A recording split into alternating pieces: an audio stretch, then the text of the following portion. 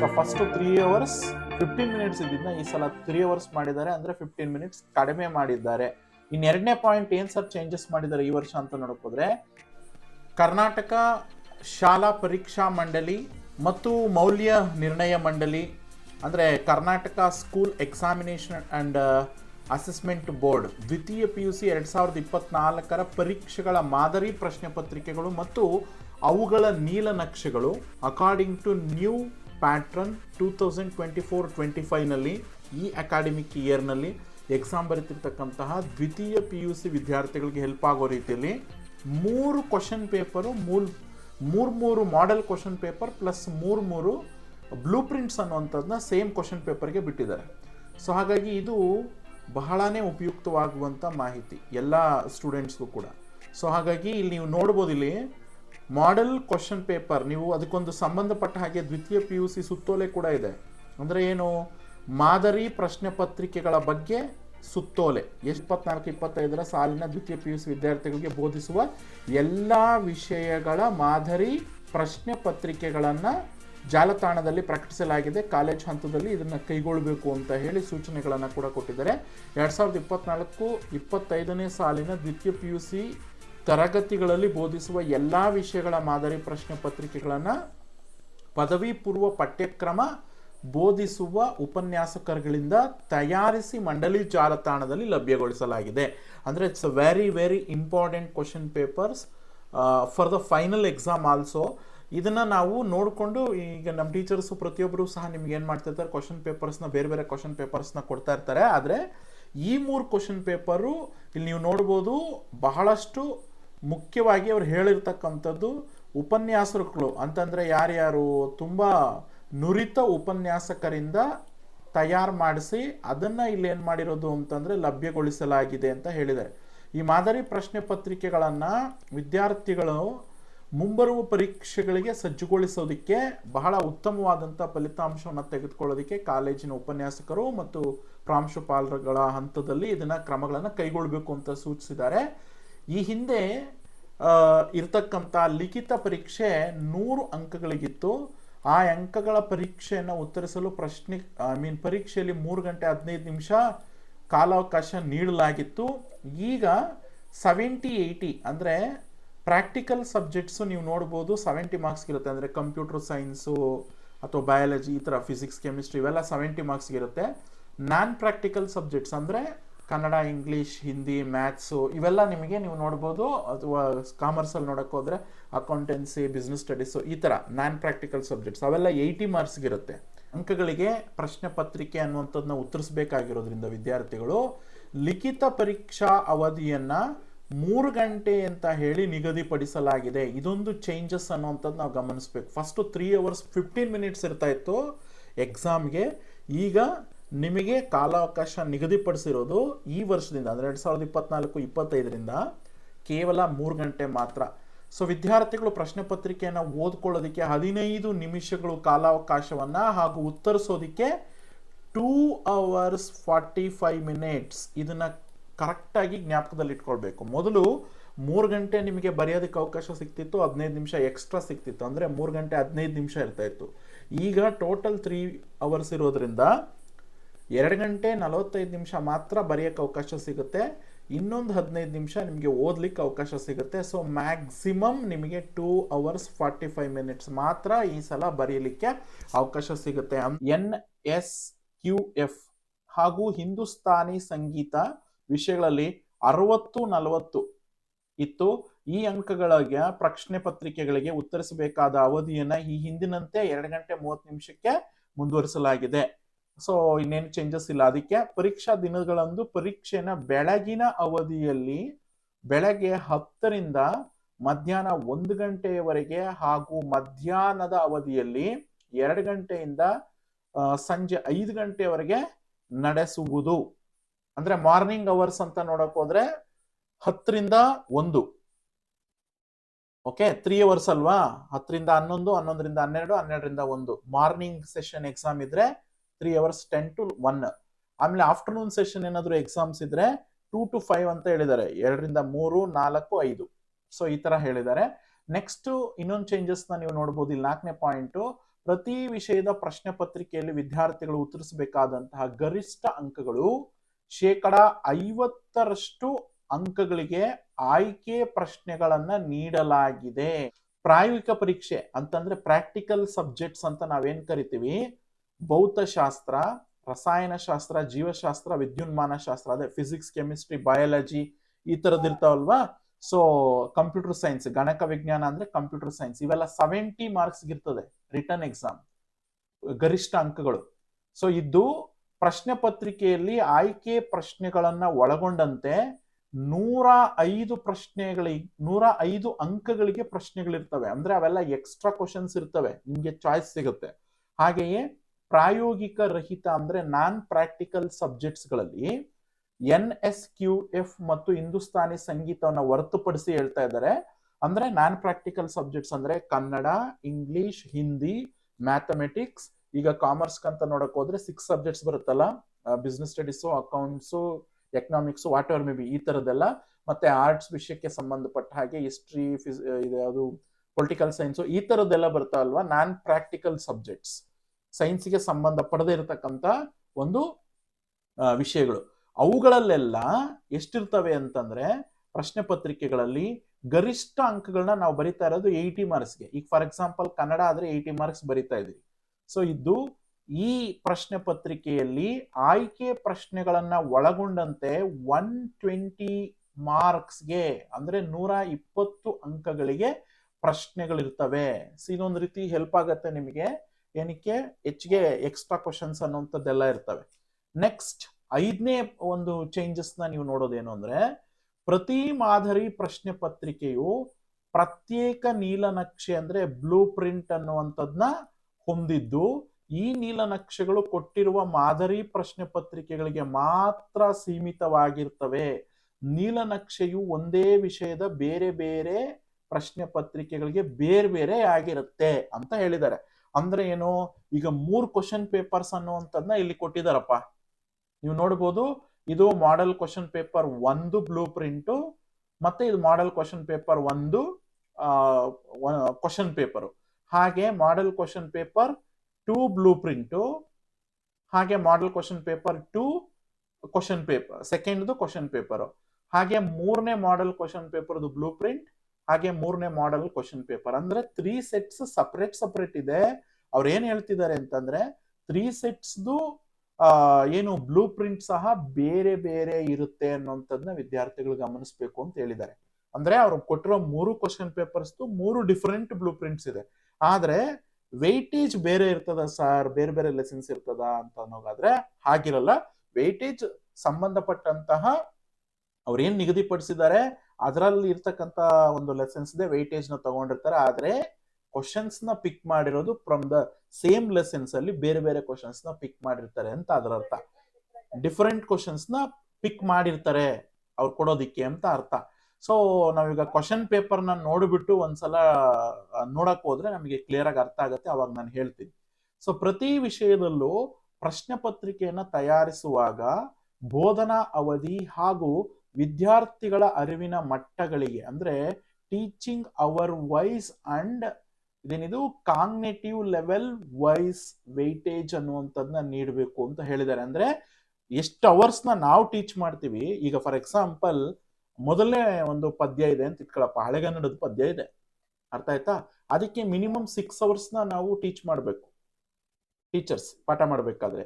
ಅದ್ರದ್ದು ವೆಯ್ಟೇಜ್ ನ ಜಾಸ್ತಿ ಇರುತ್ತೆ, ಅದರಲ್ಲಿ 6 to 7 ಮಾರ್ಕ್ಸ್ ನ ತಗೊಳ್ತಾರೆ. ಇನ್ನೊಂದು ಯಾವ್ದೋ ಒಂದು ಜಾಲಿ ಮರದಂತೆ ಈ ತರ ಸಿಂಪಲ್ ಒಂದು ಪೊಯಮ್ಸ್ ಇದಾವಲ್ವಾ, ಅವುಗಳೆಲ್ಲ 1 hour 2 hours ಅಲ್ಲಿ ಮುಗಿತಾ ಇರ್ತವೆ. ಅವುಗಳಿಗೆ ಹತ್ತಿ ಚಿತ್ತ ಮತ್ತು ಈ ತರದ್ದೆಲ್ಲ ಬರೀ 1 hour 2 hours ಮುಗಿತಾ ಇರ್ತದೆ 2 hours ಅಲ್ಲಿ. ಆವಾಗ ಅದ್ರದ್ದು ವೆಯ್ಟೇಜ್ ಕೂಡ ಕಡಿಮೆ ಆಗುತ್ತೆ. ಅಂದ್ರೆ ನಾವ್ ಎಷ್ಟು ಅವರ್ಸ್ ನ ಟೀಚ್ ಮಾಡ್ತಿದೀವೋ ಅದಕ್ಕೆ ಅದರದೇ ಆದಂತಹ ವೆಯ್ಟೇಜ್ ನಲ್ಲಿ ನಾವೇನ್ ಮಾಡ್ಬೇಕು ಅಂತಂದ್ರೆ ಕ್ವಶನ್ಸ್ ನ ತಗೋಬೇಕು ಅಂತ ಅದರ ಅರ್ಥ. ಈಗ ನಾನು ಕ್ವಶನ್ ಪೇಪರ್ ನ ಎಕ್ಸ್ಪ್ಲೇನ್ ಮಾಡೋದು ನಿಂಗೆ ಅರ್ಥ ಆಗುತ್ತೆ. ಅದು ಪ್ರತಿ ವಿಷಯದಲ್ಲೂ ಅಧ್ಯಾಯವಾರು ಅಂಕಗಳ ಹಂಚಿಕೆಯನ್ನ ಆಯಾ ಅಧ್ಯಾಯಗಳಿಗೆ ಮೀಸಲಾದ ಬೋಧನಾ ಅವಧಿಯ ಆಧಾರದ ಮೇಲೆ ನಿಗದಿಪಡಿಸಲಾಗಿದೆ. ಹೀಗೆ ನಿಗದಿಪಡಿಸಿರುವ ಅಂಕಗಳು ವ್ಯತ್ಯಾಸವಾಗದಂತೆ ಪ್ರಶ್ನೆ ಪತ್ರಿಕೆಗಳನ್ನ ತಯಾರಿಸಲಾಗಿದೆ ಅಂತ ಹೇಳಿದ್ದಾರೆ. ಅಂದ್ರೆ ಪ್ರತಿ ವಿಷಯದಲ್ಲೂ ಸಬ್ಜೆಕ್ಟ್ಸು ಪ್ರತಿ ಸಬ್ಜೆಕ್ಟ್ಸ್ ನಲ್ಲಿ ನಾವು ಅಧ್ಯಾಯವಾರು ಅಂತಂದ್ರೆ ಲೆಸನ್ಸ್ ವೈಸ್ ಅಂಕಗಳನ್ನ ಹಂಚಿಕೆ ಮಾಡಿದೀವಿ ಅಂತ ಹೇಳ್ತಿದ್ದಾರೆ. ಅರ್ಥ ಆಯ್ತಾ? ಅದನ್ನು ಅಷ್ಟೇ ನಾನು ಬ್ಲೂ ಪ್ರಿಂಟ್ ನ ತೋರಿಸ್ಬೇಕಾದ್ರೆ ನಿಮ್ಗೆ ಹೇಳ್ತೀನಿ. ಸೊ ಪ್ರಶ್ನೆ ಪತ್ರಿಕೆಯನ್ನ ತಯಾರಿಸುವಾಗ ಪಠ್ಯ ಪುಸ್ತಕದಲ್ಲಿ ಮತ್ತು ಪ್ರಶ್ನೆ ಕೋಶದಲ್ಲಿ ಅಂದ್ರೆ ಕ್ವಶನ್ ಬ್ಯಾಂಕ್ ಅನ್ನುವಂಥದ್ನ ಏನ್ ಕೊಟ್ಟಿರ್ತಾರೆ, ಈಗ ಒಂದ್ ಲೆಸನ್ ಆದ್ಮೇಲೆ ಲಾಸ್ಟ್ ಅಲ್ಲಿ ಕ್ವಶನ್ಸ್ ಇರ್ತಾವಲ್ವಾ, ಆದ್ರಿಂದ ಹಾಗೂ ಪಠ್ಯ ಪುಸ್ತಕದ ಒಳಗಡೆನೂ ಸೇರಿಸಿ ಅಧ್ಯಾಯವಾರು ಕೊಟ್ಟಿರುವ ಪ್ರಶ್ನೆಗಳ ಜೊತೆಗೆ ಹೊಸ ಪ್ರಶ್ನೆಗಳನ್ನ ಕೇಳಲು ಅವಕಾಶವಿದ್ದು ಅಂತ ಹೇಳಿದ್ದಾರೆ. ಇದು ನೀವು ಅರ್ಥ ಮಾಡ್ಕೋಬೇಕು. ಇಷ್ಟ ದಿವಸ ಏನಾಗ್ತಿತ್ತು ಅಂತಂದ್ರೆ ಬರೀ ಆ ಲೆಸನ್ಸ್ ನ ಹಿಂಬದಿಯಲ್ಲಿ ಅವ್ರ ಏನು ಸಮ್ ಕ್ವಶನ್ಸ್ ನ ಕೊಟ್ಟಿರ್ತಾರೆ ಅದರಿಂದನೇ ಪಿಕ್ ಮಾಡ್ತಿದ್ರು ಕ್ವಶನ್ಸ್. ಬಟ್ ಈಗ ಅದೇ ಲೆಸನ್ಸ್ದು ಒಳಗಡೆನೂ ಸಹ ಏನ್ ಮಾಡ್ಬೋದು, ಕ್ವಶನ್ಸ್ ನ ಕೇಳಬಹುದು. ಇದನ್ನ ಅರ್ಥ ಮಾಡ್ಕೋಬೇಕು. ಅರ್ಥ ಆಯ್ತಾ ಹೇಳ್ತಾರಂಥದ್ದು? ಅವಕಾಶ ಇದ್ದು ಸದರಿ ಪ್ರಶ್ನೆಗಳ ಪರಿಕಲ್ಪನೆ ಅಂದ್ರೆ ಕಾನ್ಸೆಪ್ಟ್ಸ್ ನ ಆಧಾರದಲ್ಲಿ ಪಠ್ಯದಲ್ಲಿರುವಂತೆ ಎಚ್ಚರ ವಹಿಸ್ತಕ್ಕಂಥದ್ದು. ಅಂದ್ರೆ ಆ ಕಾನ್ಸೆಪ್ಟ್ ಗೆ ತಕ್ಕಂತೆ ಪಠ್ಯ ಪುಸ್ತಕದಲ್ಲಿರ್ತಕ್ಕಂಥ ಒಳಗಡೆಗೆ ಕೂಡ ಅಂದ್ರೆ ಆ ಲೆಸನ್ಸ್ ಒಳಗಡೆ ಕೂಡ ನೀವು ಕ್ವಶನ್ಸ್ ನ ಪಿಕ್ ಮಾಡಿ ಆನ್ಸರ್ ಕ್ವಶನ್ಸ್ ನ ಕೇಳಬಹುದು ಅಂತ ಹೇಳಿದ್ದಾರೆ.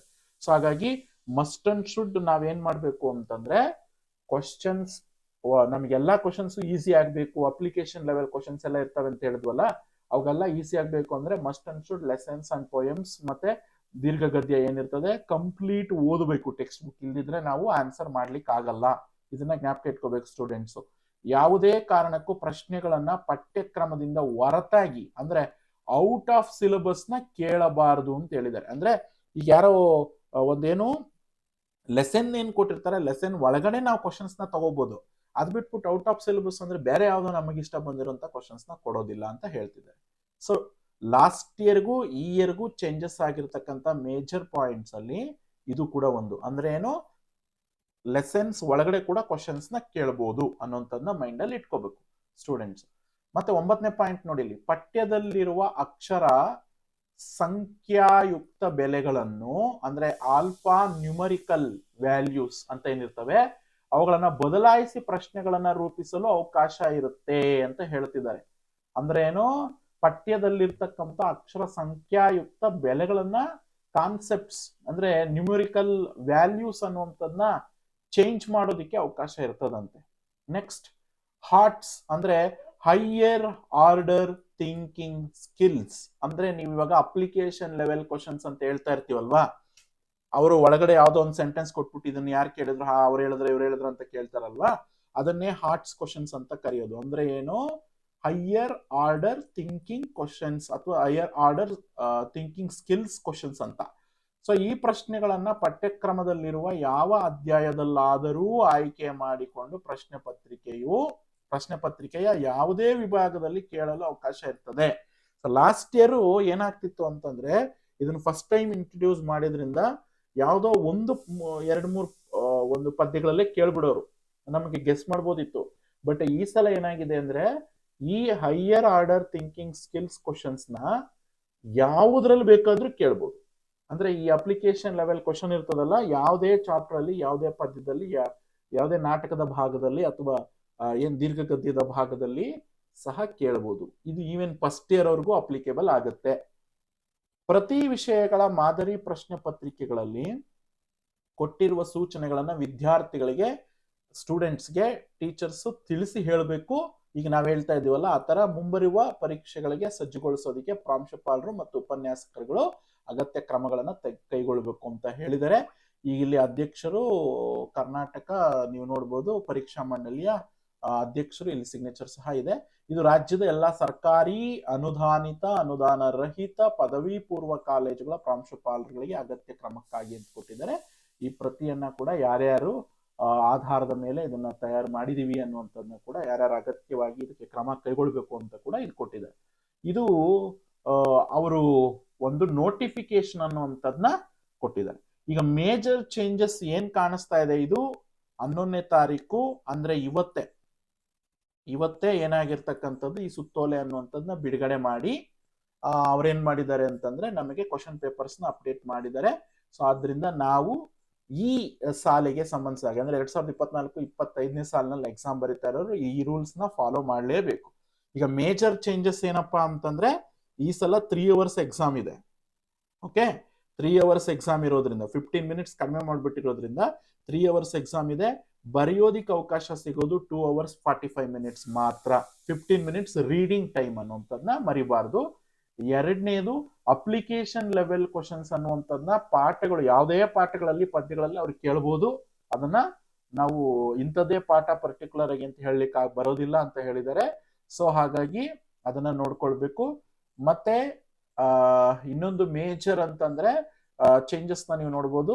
Morning session and afternoon session exams ನಡೀತಾ ಇರಬೇಕಾದ್ರೆ ಮಾರ್ನಿಂಗ್ ಸೆಷನ್ ಅಲ್ಲಿ 10 to 1 ಅನ್ನ ಕೊಡಬೇಕು, 2 to 5 ಅನ್ನುವಂಥದ್ದು ಆಫ್ಟರ್ನೂನ್ ಸೆಷನ್ ಎಕ್ಸಾಮ್ಸ್ ನ ನಡೆಸಬೇಕು ಅಂತ ಹೇಳಿದ್ದಾರೆ. ಇನ್ನೊಂದು ನೋಡಿ, ಪ್ರತಿ ವಿಷಯದ ಪ್ರಶ್ನೆ ಅಲ್ಲ ನಡೆಸಿದ್ರೆ ಅಂತ ಹೇಳ್ತಾ ಇರೋದು. ಈಗ ನಾವು ಮಿಡ್ ಟರ್ಮ್ ಎಕ್ಸಾಮ್ ಮಾಡ್ಬೇಕಾದ್ರೆ ಅಥವಾ ಇನ್ಯಾವುದೋ ಬೇರೆ ಎಕ್ಸಾಮ್ಸ್ ನ ಮಾಡ್ಬೇಕಾದ್ರೆ ಏನಾದ್ರು ಅಂದ್ರೆ ಅವ್ರು ಒಂದು ಟೈಮ್ ಟೇಬಲ್ ನ ಕೊಡ್ತಾರಲ್ಲಪ್ಪ, ಆ ಟೈಮ್ ಟೇಬಲ್ ಅಲ್ಲಿ ಎರಡೂ ಟೈಮ್ಗೆ ಇರ್ತವೆ. ಬಟ್ ನಾವು ಎರಡೂನ ತಗೊಂಡಿರಲ್ಲ. ಅಂದ್ರೆ ಡಿಫರೆಂಟ್ NSQF ಮತ್ತೆ ಹಿಂದೂಸ್ತಾನಿ ಸಂಗೀತ ಈ ತರದ ಪ್ರಶ್ನೆ ಪತ್ರಿಕೆಗಳು ಇರ್ತವೆ. ಅವುಗಳು ಬೇರೆಯವ್ರು ತಗೊಂಡಿರ್ತಾರೆ ಆಯ್ಕೆಗಳು. ಈಗ ನಾವ್ಯಾವ್ದೋ, ಈಗ ನೀನ್ ಏನ್ ಮಾಡಿರ್ತೀಯ, ಫಿಸಿಕ್ಸ್, ಕೆಮಿಸ್ಟ್ರಿ, ಬಯಾಲಜಿ ಈ ತರ ಚೂಸ್ ಮಾಡಿದ್ರೆ ಇನ್ಯಾರೋ ಬೇರೆ ವಿಷಯನ ಸೆಲೆಕ್ಟ್ ಮಾಡಿರ್ತಾರಲ್ವಾ, ಅವ್ರದ್ದು ಆಫ್ಟರ್ನೂನ್ ಇರ್ತವೆ ಎಕ್ಸಾಮ್ಸ್. ಅವುಗಳು ಆತನ ನೀವು ಮಾಡ್ಬೇಕಾದ್ರೆ ಯಾವ ತರ ಮಾಡ್ಬೇಕು ಆರ್ಡರ್ ಅಂತ ಹೇಳ್ತಿರೋದು ಅವರು. 10 ರಿಂದ 1 ಗಂಟೆ ಮಾರ್ನಿಂಗ್ ಸೆಷನ್ ಆದ್ರೆ 2 ಗಂಟೆಯಿಂದ 5 ಗಂಟೆ ಆಫ್ಟರ್ನೂನ್ ಸೆಷನ್ ಎಕ್ಸಾಮ್ ಮಾಡಿದ್ರೆ ಹಿಂಗ್ ಮಾಡ್ಬೇಕು ಅಂತ ಹೇಳ್ತಿದ್ದಾರೆ. ಮತ್ತೆ ಪ್ರತಿ ವಿಷಯದ ಪ್ರಶ್ನೆ ಪತ್ರಿಕೆ ಅನ್ನುವಂಥದ್ದು ಉತ್ತರಿಸಬೇಕಾದ ಗರಿಷ್ಠ ಅಂಕಗಳ 50% ಅಂಕಗಳಿಗೆ ಈ ಸಲ ಆಯ್ಕೆಗಳನ್ನ ಕೊಡ್ತಾರಂತೆ ನೋಡಪ್ಪ. 50% ಆಫ್ ಕ್ವಶನ್ಸ್ ಅನ್ನುವಂಥದ್ದು ಬಹು ಆಯ್ಕೆ ಪ್ರಶ್ನೆಗಳಿರ್ತವೆ ಅಂತ ಹೇಳ್ತಿದ್ದಾರೆ. ಈಗ 80 ಮಾರ್ಕ್ಸ್ ಅಂತ ತಗೊಂಡ್ರೆ 40 ಮಾರ್ಕ್ಸ್ ಅಷ್ಟು ಆಯ್ಕೆಗಳು ಬರಬೇಕು. ಈಗ ನಾವು ನೋಡೋಣ ಅವ್ರು ಕೊಟ್ಟಿರ್ತಕ್ಕಂಥ ಕ್ವಶನ್ ಪೇಪರ್ ನಲ್ಲಿ ಎಷ್ಟಿರ್ತವೆ ಅನ್ನುವಂಥದ್ದನ್ನ ನಮ್ಗೆ ನೋಡಿದ್ರೆ ಅರ್ಥ ಆಗುತ್ತೆ. ಮಾಡೆಲ್ ಕ್ವಶನ್ ಅಂದ್ರೆ 50% ಅಂಕಗಳಿಗೆ ಪ್ರಶ್ನೆಗಳನ್ನ ಆಯ್ಕೆಗಳನ್ನ ಕೊಡಬೇಕು. ಮಲ್ಟಿಪಲ್ ಚಾಯ್ಸ್ ಕ್ವಶನ್ಸ್ ಇರ್ತಾವಲ್ವಾ, ಆಯ್ಕೆ ಪ್ರಶ್ನೆಗಳು.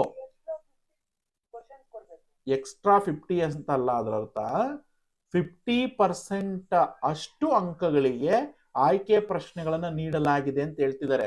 ಅಂದ್ರೆ ಇಲ್ಲಿ ನೋಡ್ಬೋದು 70 ಮಾರ್ಕ್ಸ್ಗೆ, ಇಲ್ಲಿ ನೋಡಪ್ಪ 70 ಮಾರ್ಕ್ಸ್ ಅನ್ನುವಂಥದ್ದು ಇದೆ ಒಂದು ಪ್ರಾಕ್ಟಿಕಲ್ ಸಬ್ಜೆಕ್ಟ್ಸ್ಗೆ ಅಂತ ಇಟ್ಕೋ. ಬಟ್ ಅವರ ಅಂಕಗಳು ಕೊಟ್ಟಿರೋದು ನೋಡಿ, 105 ಅಂಕಗಳಿಗೆ ಪ್ರಶ್ನೆಗಳು ಇರ್ತವೆ ಅಂತ ಹೇಳ್ತಿದ್ದಾರೆ. ಅಂದ್ರೆ ಆಲ್ಮೋಸ್ಟ್ ಎಷ್ಟಾಯ್ತು, ಇನ್ನು ಎಷ್ಟು ಎಕ್ಸ್ಟ್ರಾ ಇದೆ ನೋಡಿ ಇಲ್ಲಿ. ಅಂದ್ರೆ ಆಯ್ಕೆ ಪ್ರಶ್ನೆಗಳು ಜಾಸ್ತಿ ಇರ್ತವೆ ಪ್ರತಿ ಮೇನಲ್ಲೂ ಅಂತ ಹೇಳ್ತಿರೋದು. ಈಗ ಇಲ್ಲಿ ನೋಡಿ, ಇಲ್ಲಿ ನಾನ್ ಪ್ರಾಕ್ಟಿಕಲ್ ಸಬ್ಜೆಕ್ಟ್ಸ್ 80 ಮಾರ್ಕ್ಸ್ ಗಿದ್ರೆ ನಮಗೆ 120 ಅಂಕಗಳಿಗೆ ಪ್ರಶ್ನೆಗಳನ್ನ ಕೊಟ್ಟಿರ್ತಾರಂತೆ. ಸೊ ನಮ್ಗೆ ಚಾಯ್ಸ್ ಇರ್ತವೆ ಎಕ್ಸ್ಟ್ರಾ ಅಂತ ಹೇಳ್ತಿರೋದು. ಓಕೆ, ಬ್ಲೂ ಪ್ರಿಂಟ್ನು ಸಹ ಅಂದ್ರೆ ಬ್ಲೂ ಪ್ರಿಂಟ್ ಕ್ವಶನ್ಸ್ ಅನ್ನುವಂಥ ಚೇಂಜ್ ಆಗುತ್ತೆ, ಬಟ್ ಬ್ಲೂ ಪ್ರಿಂಟ್ ಸೇಮ್ ಇರ್ತದೆ. ಬಟ್ ಅವ್ರು ಕೊಟ್ಟಿರ್ತಕ್ಕಂಥದ್ದು ಈಗ 3 ಪ್ರಶ್ನೆ ಪತ್ರಿಕೆಗಳು ಬಿಟ್ಟಿದಾರಲ್ವಾ, 3 ಕ್ವಶನ್ಸ್ ಪ್ರಶ್ನೆ ಪತ್ರಿಕೆಗಳದ್ದು ಬ್ಲೂ ಪ್ರಿಂಟ್ ಸ್ವಲ್ಪ ಡಿಫರೆಂಟ್ ಇದೆ, ಚೆಕ್ ಮಾಡಿ ಅಂತ ಅವ್ರು ಹೇಳ್ತಿದ್ದಾರೆ. ಓಕೆನಾ? ಸೊ ಅದನ್ನೆಲ್ಲ ಈಗ ನಾವು ನೋಡ್ತಾ ಹೋಗೋಣ. ಮೊದಲನೇದು ಈಗ ಕನ್ನಡ ವಿಷಯ ಮಾತ್ರ ಅಲ್ಲ, ಇಲ್ಲಿ ನೀವು ನೋಡ್ಬೋದು ಎಲ್ಲಾ ವಿಷಯಗಳಿಗೂ ಇದೆ. ಅರೇಬಿಕ್ ಇಂದ ಹಿಡಿದು ಸ್ಯಾನ್ಸ್ಕ್ರಿಟ್, ಉರ್ದು, ಲ್ಯಾಂಗ್ವೇಜಸ್ ಎಲ್ಲ, ಬಯಾಲಜಿ, ಕೆಮಿಸ್ಟ್ರಿ ಎಲ್ಲಾನು ಕೂಡ ಇದೆ. ಇಲ್ಲೇ ಇದೆ ನೋಡಿ, 2025 second PUC subjects wise blueprint for model question paper 1, ಅದ್ರದ್ದು subjects wise model question papers ಎಲ್ಲಾ ಸಬ್ಜೆಕ್ಟ್ಸ್. ಇದು ಇಲ್ಲಿ ನೀವು ನೋಡ್ಬೋದು blueprint model question paper 2 ಅದ್ರದ್ದು, ಹಾಗೆ ಮಾಡೆಲ್ ಕ್ವಶನ್ ಪೇಪರ್ 2, ಹಾಗೆ ಮೂರನೇದು blueprint model question papers 3, ಹಾಗೆ ಮಾಡೆಲ್ ಕ್ವಶನ್ ಪೇಪರ್ 3 ಅನ್ನುವಂಥದ್ದು. ಎಲ್ಲಾ ಸಬ್ಜೆಕ್ಟ್ಸ್ 3 ಸೆಟ್ ಕೊಟ್ಟಿದ್ದಾರೆ. ಆ 3 ಸೆಟ್ ಅನ್ನ ಸಹ ನಾವು ನೋಡ್ಬೋದು. ಈಗ ನಾನೊಂದು ಕನ್ನಡ ಅದು ಬ್ಲೂ ಪ್ರಿಂಟ್ ಓಪನ್ ಮಾಡ್ತೀನಿ. ಆ ಬ್ಲೂ ಪ್ರಿಂಟ್ ಬಗ್ಗೆ ಸ್ವಲ್ಪ ನಾವು ತಿಳ್ಕೊಳ್ಳೋಣ. ಯಾಕೆ ಅಂತಂದ್ರೆ ಈಗ ಅದನ್ನ ತಿಳ್ಕೊಂಡಿಲ್ಲ ಅಂತಂದ್ರೆ ನಮಗೆ ಮುಂದೆ ಸ್ವಲ್ಪ ಕಷ್ಟ ಆಗ್ಬೋದು. ಸೊ ಆದ್ರಿಂದ ಇಲ್ಲಿ ನಾವು ಸ್ವಲ್ಪ ತಿಳ್ಕೊಂತ ಹೋಗೋಣ, ಏನ್ ಸರ್ ಚೇಂಜಸ್ ಮಾಡಿದ್ದಾರೆ ಅಂತ. ಈಗ ಬ್ಲೂ ಪ್ರಿಂಟ್ ನ ನಾನು ಓಪನ್ ಮಾಡಿದ್ದೀನಿ. ಇದು ಬಂದು ಮೊದಲನೇ ಕ್ವಶನ್ ಪೇಪರ್ ಇಲ್ಲೇ ಇದೆ, ಇಲ್ಲಿ ನೋಡಬಹುದು.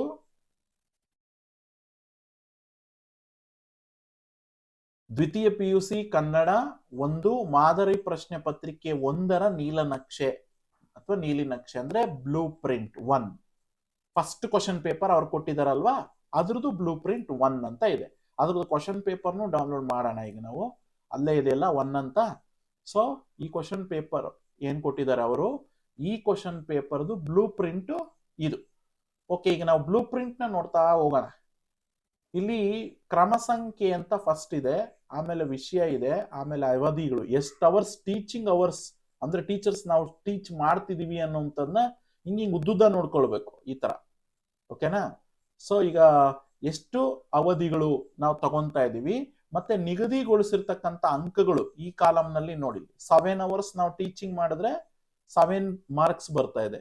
5 ಅವರ್ಸ್ ಟೀಚ್ ಮಾಡ್ತಾ ಇದ್ರೆ ವಚನಗಳು ಇಲ್ಲಿ ನೀವು ನೋಡ್ಬೋದು, ಕದಡಿದಂ ಸಲಿಲಂ ತಿಳುವಂದದೆ 7 ಅವರ್ಸ್ ಟೀಚ್ ಮಾಡಿದ್ರೆ ಟೀಚರ್ ಅಂದ್ರೆ 7 ಮಾರ್ಕ್ಸ್ ನಿಮ್ಗೆ ಬರುತ್ತೆ. ವಚನಗಳು 5 ಅವರ್ಸ್ ಮಾಡ್ಬೇಕು, 2 ಚಾಪ್ಟರ್ಸ್ ಇದೆಯಲ್ಲ, 2 ವಚನಗಳಿದೆಯಲ್ಲ, 5 ಅವರ್ಸ್ ಮಾಡಿದ್ರೆ 5 ಮಾರ್ಕ್ಸ್ ಬರ್ತಾ ಇದೆ. ಇನ್ನೂ ಹುಟ್ಟದೇ ಇರಲಿ ನಾರಿಯರೆನ್ನವಲು ಪದ್ಯದಿಂದ 7 ಅವರ್ ತಗೊಂಡಿರ್ತಾರೆ ಟೀಚಿಂಗ್ ಅವರ್, 7 ಮಾರ್ಕ್ಸ್ ಇರ್ತದೆ. ಪಗಯಂ ಬಾಲಕನೆಂಬರೆ 4 ಅವರ್ಸ್ ನಾವು ಟೀಚ್ ಮಾಡೋದಕ್ಕೆ ಟೀಚರ್ಸ್ ತಗೊಂಡಿದ್ರೆ 4 ಮಾರ್ಕ್ಸ್ ಇರುತ್ತೆ. ಜಾಲಿಯ ಮರದಂತೆ 2 ಮಾರ್ಕ್ಸ್ ಅನ್ನುವಂಥದ್ದು ಇರುತ್ತೆ. ಅಬ್ಬಲೆ ಅವರ ರಸಬಳ್ಳಿ 3 ಮಾರ್ಕ್ಸ್ ಇರುತ್ತೆ. ಅಂದ್ರೆ ಎಷ್ಟು ಅವರ್ ಟೀಚ್ ಮಾಡ್ತಿದಾರೋ ಟೀಚರ್ ಅದರ ಆಧಾರದ ಮೇಲೆ ನಿಮಗೆ ಮಾರ್ಕ್ಸ್ಗೆ ಕ್ವಶನ್ಸ್ ನ ಕೇಳ್ತಾರೆ ಅಂತ. ಬೆಳಗು ಜಾವ, ಈಗ ನೋಡಿ ಇಲ್ಲಿ ಬೆಳಗು ಜಾವಾಗೆ 3 ಅವರ್ಸ್ ಇರುತ್ತೆ, ಹಾಗಾಗಿ 3 ಮಾರ್ಕ್ಸ್ ನ ಕೇಳ್ತಾರೆ.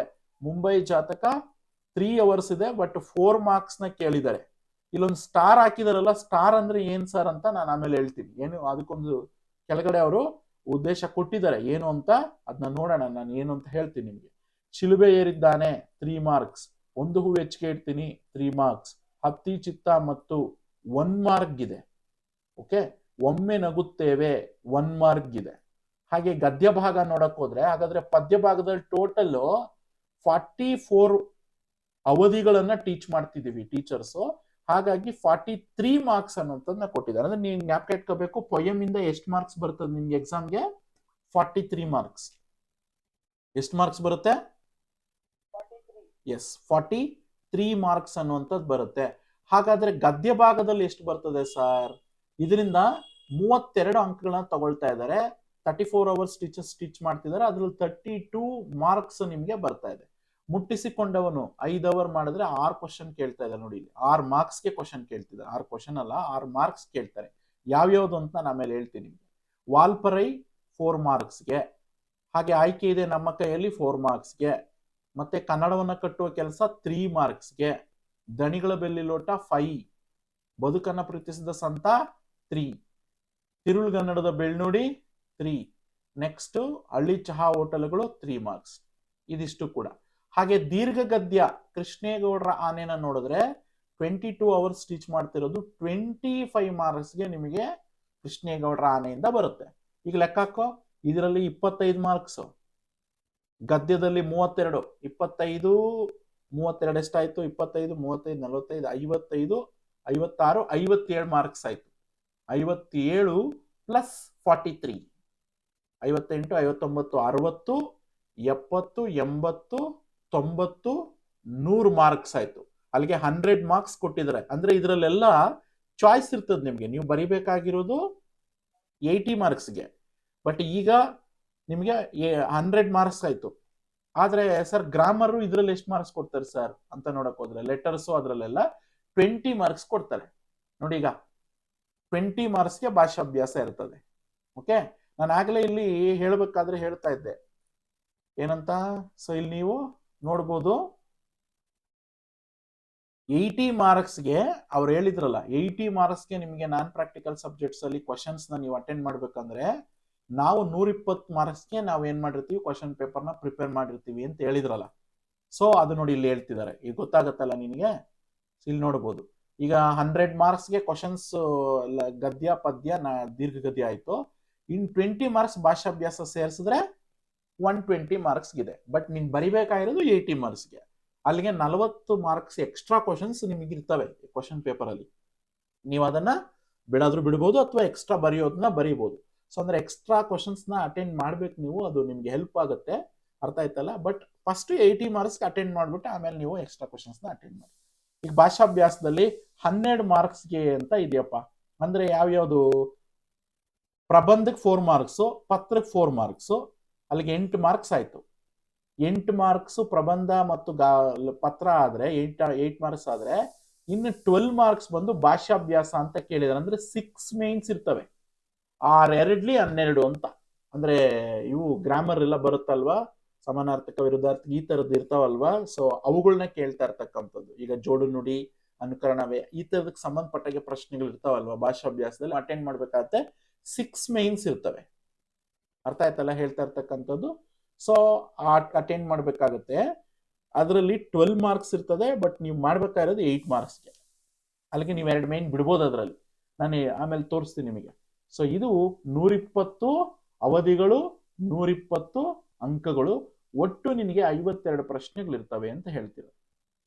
ಓಕೆ, ಸೊ ಅದೇ ನೀಲನಕ್ಷೆ ಅನ್ನುವಂಥದ್ದು ಎಲ್ಲ ಅಂದ್ರೆ ಎಷ್ಟು ಪರ್ಸೆಂಟೇಜ್ ನಿಮಗೆ ಸುಲಭ ಮತ್ತು ಸೃಜನಾತ್ಮಕತೆ ಅಥವಾ ಏನು ಅಂತ ನೋಡಕ್ ಹೋದ್ರೆ 39 ಮಾರ್ಕ್ಸು ಶೇಕಡವಾರು ಸ್ಮರಿಸು ಅಂತಂದ್ರೆ ಸ್ವಲ್ಪ ಇಲ್ಲಿ 72.5% ಅಷ್ಟು ನಿಮಗೆ ಸುಲಭದ ಪ್ರಶ್ನೆಗಳು ಕಾಣಿಸ್ತವೆ ನೋಡಿ. ಇಲ್ಲಿ ಅಂದ್ರೆ ಈಸಿಯಾಗಿ ನೀವು ಅಟೆಂಡ್ ಮಾಡ್ಬೋದು. ಕಠಿಣ ಅಂದ್ರೆ ಹಾರ್ಡ್ ಕ್ವಶನ್ಸ್ ಅಂತ ನಾವು ಕರೆದು ಹೇಳ್ತಾ ಇದ್ವಲ್ಲ, ಅನ್ವಯಿಕೆ ಮಾಡ್ತಕ್ಕಂಥದ್ದು, ಸೃಜನಾತ್ಮಕವಾಗಿ ಉತ್ತರ ಕೊಡ್ತಕ್ಕಂಥದ್ದು, ಅದನ್ನ ನೋಡಿದ್ರೆ ಟೋಟಲ್ 27% ಅಷ್ಟು ನಿಮಗೆ ಅದನ್ನ ಕೊಟ್ಟಿರ್ತಾರಂತೆ. ಅಲ್ಲಿಗೆ ಮ್ಯಾಕ್ಸಿಮಮ್ 72.5% ಅಷ್ಟು ಈಸಿ ಕ್ವಶನ್ಸ್ ಇದ್ರೆ 27.5% ಅಷ್ಟು ಸ್ವಲ್ಪ ಕಠಿಣವಾದಂತ ಪ್ರಶ್ನೆಗಳು, ಸೃಜನಾತ್ಮಕವಾಗಿ ಕೇಳುವಂತ ಪ್ರಶ್ನೆಗಳು ಇರ್ತವೆ ಅಂತ. ಈಸಿ ಬರುತ್ತೆ. ಇನ್ನೊಂದು ಕಾಲ್ ಭಾಗ ಸ್ವಲ್ಪ ಕಷ್ಟ ಇರ್ತದೆ, ಅದ್ರ ಕಡೆ ಸ್ವಲ್ಪ ಹೆಚ್ಚಿಗೆ ಕಾನ್ಸಂಟ್ರೇಷನ್ ಅನ್ನುವಂಥದ್ದನ್ನ ನಾವೇನ್ ಮಾಡ್ಬೇಕು ಅಂತ. ಈಗ ಇಲ್ಲಿ ಬ್ಲೂ ಪ್ರಿಂಟ್ ನ ಒಂದ್ ಸ್ವಲ್ಪ ನಾವು ಕಸ್ಟಮೈಸ್ ಮಾಡಿ ಇಲ್ಲಿ ಕೊಟ್ಟಿದ್ದಾರೆ. ಅದನ್ನ ನೋಡೋದಾದ್ರೆ ಇಲ್ಲಿ 1 ಅಂಕದ ಪ್ರಶ್ನೆಗಳು ಎಷ್ಟಿರ್ತವೆ ಸರ್ ಕ್ವಶನ್ ಪೇಪರ್ ಅಲ್ಲಿ ಅಂದ್ರೆ 15 ಕ್ವಶನ್ಸ್ ಇರ್ತವೆ. ಅಂದ್ರೆ 10 ಮಲ್ಟಿಪಲ್ ಚಾಯ್ಸ್ ಕ್ವಶನ್ಸ್ ಬರ್ತವೆ. ಇಲ್ಲಿ ನಾನು ತೋರಿಸ್ಬಿಡ್ತೀನಿ ಯಾವ್ದ್ರಲ್ಲಿ ಕ್ವಶನ್ ಪೇಪರ್ ಅಲ್ಲೂ ಕೂಡ ನೋಡ್ಕೋಬಹುದು. ಇಲ್ಲಪ್ಪ ಕ್ವಶನ್ ಪೇಪರ್, ಇಲ್ಲಿ ನೀವು ನೋಡ್ಬೋದು. ಇದು ಹೊಸದಾಗಿ ಅವ್ರು ಬಿಟ್ಟಿರ್ತಕ್ಕಂಥ ಮಾಡೆಲ್ ಕ್ವಶನ್ ಪೇಪರು 1. ಇದಕ್ಕೆ ಮುಂಬರುವ ದಿನಗಳಲ್ಲಿ ಆನ್ಸರ್ಸ್ ನ ಕೂಡ ನಾವು ಹುಡ್ಕೋಣ ಎಲ್ಲಾ ಪ್ರಶ್ನೆಗಳಿಗೂ ಕೂಡ. ಈ ಸದ್ಯಕ್ಕೆ ಬ್ಲೂ ಪ್ರಿಂಟ್ ಪ್ರಕಾರ ಏನೇನೆಲ್ಲ ಇದೆ ಅನ್ನುವಂಥದ್ದನ್ನ ಮಾತ್ರ ಹೇಳ್ತಾ ಇದ್ದೀನಿ. ಸೊ ಹಾಗಾಗಿ ಇದು ಶೈಕ್ಷಣಿಕ ವರ್ಷ ನೀವು ನೋಡ್ಬೋದು 2024-25 ಗರಿಷ್ಠ ಅಂಕಗಳು ನೀವು 80 ಮಾರ್ಕ್ಸ್ ಬರಿತಾ ಇದ್ದೀರಾ. ಅದರಲ್ಲಿ 52 ಕ್ವಶನ್ಸ್ ಇರ್ತವೆ ಅಂತ ಹೇಳಿದ್ದಾರೆ. ನೆಕ್ಸ್ಟ್ ಅದಾಗಿದ್ದಾದ್ಮೇಲೆ ದ್ವಿತೀಯ PUC ಕನ್ನಡ ಇಲ್ಲಿ ನೋಡ್ಬೋದು, ಮತ್ತೆ ಯಾವ ವಿಷಯಗಳು ಎಷ್ಟು ಮಾರ್ಕ್ಸ್ ಅಂತ ಕಾಣಿಸ್ತಿದೆ. ಸೂಚನೆ ಕೊಟ್ಟಿದ್ದಾರೆ ನೋಡಪ್ಪ ಈ ಸಲ, ಆ ವಿಭಾಗದಲ್ಲಿನ ಪ್ರಶ್ನೆಗಳಿಗೆ ಪ್ರಥಮವಾಗಿ ಬರೆದ ಉತ್ತರಗಳನ್ನ ಮಾತ್ರವೇ ಮೌಲ್ಯಮಾಪನದಲ್ಲಿ ಪರಿಶೀಲನೆ ಮಾಡಲಾಗುತ್ತೆ. ಅಂದ್ರೆ ಇದು ಸ್ವಲ್ಪ ಕ್ಲಿಯರ್ ಆಗಿ ಅರ್ಥ ಮಾಡ್ಕೋಬೇಕು ನೀವು. ಈ ಸ್ಟೂಡೆಂಟ್ಸ್ ಏನ್ ಮಾಡ್ತಾರೆ ಅಂದ್ರೆ ಇಲ್ಲಿ ಆಬ್ಜೆಕ್ಟಿವ್ ಟೈಪ್ಸ್ ಕ್ವಶನ್ಸ್ ಇರ್ತಾವಲ್ವಾ, ಈ ಕ್ವಶನ್ಗೆ ಆನ್ಸರ್ನ ಒಂದ್ಸಲ ಬರೀತಾರೆ. ಬರ್ದಿದ್ದಾದ್ಮೇಲೆ ನೆಕ್ಸ್ಟ್ ಏನ್ ಮಾಡ್ತಾರೆ ಅಂದ್ರೆ ಸ್ಕ್ರಾಚ್ ಮಾಡಿ ಇನ್ನೊಂದ್ಸಲ ಬರೀತಾರೆ. ಆಮೇಲೆ ಯಾರೋ ನೋಡಿರೋದು ಅದನ್ನ ಹೆಂಗ್ ಕನ್ಸಿಡರ್ ಮಾಡ್ತಾರೆ ಅಂತಂದ್ರೆ, ಬಹುಶಃ ಸ್ಕ್ರಾಚ್ ಮಾಡಿ ನೀವು ಬರ್ದಿದ್ರೆ ಸೊ ಅದನ್ನ ಆನ್ಸರ್ ಯಾರೋ ಕಾಪಿ ಮಾಡಿದ್ದಾರೆ ಅಂತ ಅನ್ಕೋತಾರೆ ಬೇರೆಯವ್ರ ಹತ್ರ. ಸೊ ಅದಕ್ಕೋಸ್ಕರ ನೀವು ಜ್ಞಾಪಕ ಇಟ್ಕೊಳ್ಳಿ, ಸ್ಕ್ರಾಚ್ ಮಾಡಿ ಅಥವಾ ಒಡೆದಾಕಿ ಇನ್ನೊಂದ್ ಹತ್ರ ಬರೆಯೋದು, ಬೇರೆ ಪೇಜಲ್ಲಿ ಬರೆಯೋದು, ಇದೆಲ್ಲ ಮಾಡಬಾರ್ದು. ಫಸ್ಟ್ ಪೇಜಲ್ಲೇ ಆದಷ್ಟು ಇದಕ್ಕೆ ಆನ್ಸರ್ನ ಒಂದೇ ಸಲ ಬರೆಯಕ್ಕೆ ಪ್ರಯತ್ನ ಪಡ್ಬೇಕು. ಸರ್ ನಮ್ಗೆ ಆನ್ಸರ್ ಗೊತ್ತಾಗ್ಲಿಲ್ಲ ಅಂದ್ರೆ ಸ್ವಲ್ಪ ಹೊತ್ತು ವೆಯ್ಟ್ ಮಾಡಿ ಯೋಚಿಸಿ ಆಮೇಲೆ ಬರೀರಿ. ಅದನ್ನ ಬಿಟ್ಟು ಫಸ್ಟ್ ಬರ್ದ್ಬಿಡೋದು ಆಮೇಲೆ ಗೀಚೋದು ಹೊಡೆಯೋದು ಮಾಡಿದ್ರೆ ಅವ್ರು ಅದನ್ನೇ ಹೇಳ್ತಿರೋದು. ಆ ವಿಭಾಗದಲ್ಲಿ ಆ ಪಾರ್ಟ್ ಏನಿದೆಯಲ್ಲ, ಈ ಪಾರ್ಟ್ ಅಲ್ಲಿ ಇರ್ತಕ್ಕಂಥ ಎಲ್ಲಾ ಕ್ವಶನ್ಸ್ಗೂ ಒಂದ್ಸಲ ಉತ್ತರ ಬರ್ದಿದ್ ಮಾತ್ರ ಕನ್ಸಿಡರ್ ಮಾಡ್ತಾರೆ. ಅದು ಪ್ರಥಮವಾಗಿ ಈ ಪೇಜಲ್ಲಿ ಒಂದು ಬರೆಯೋದು, ನೆಕ್ಸ್ಟ್ ಪೇಜಲ್ಲಿ ಇನ್ನೊಂದು ಆನ್ಸರ್ ಬರೆಯೋದು, ಹಿಂಗೆಲ್ಲ ಮಾಡ್ತಾರೆ ಕೆಲವೊಂದು ಬುದ್ಧಿವಂತರು. ಸೊ ಅದಕ್ಕೆ ಸೆಕೆಂಡ್ ಪೇಜಲ್ಲೇ ಆ ತರ ಇನ್ನೊಂದು ಆನ್ಸರ್ ಇನ್ನೆಲ್ಲೋ ಬರ್ದಿರೋದನ್ನ ಕನ್ಸಿಡರ್ ಮಾಡೋದಿಲ್ಲ.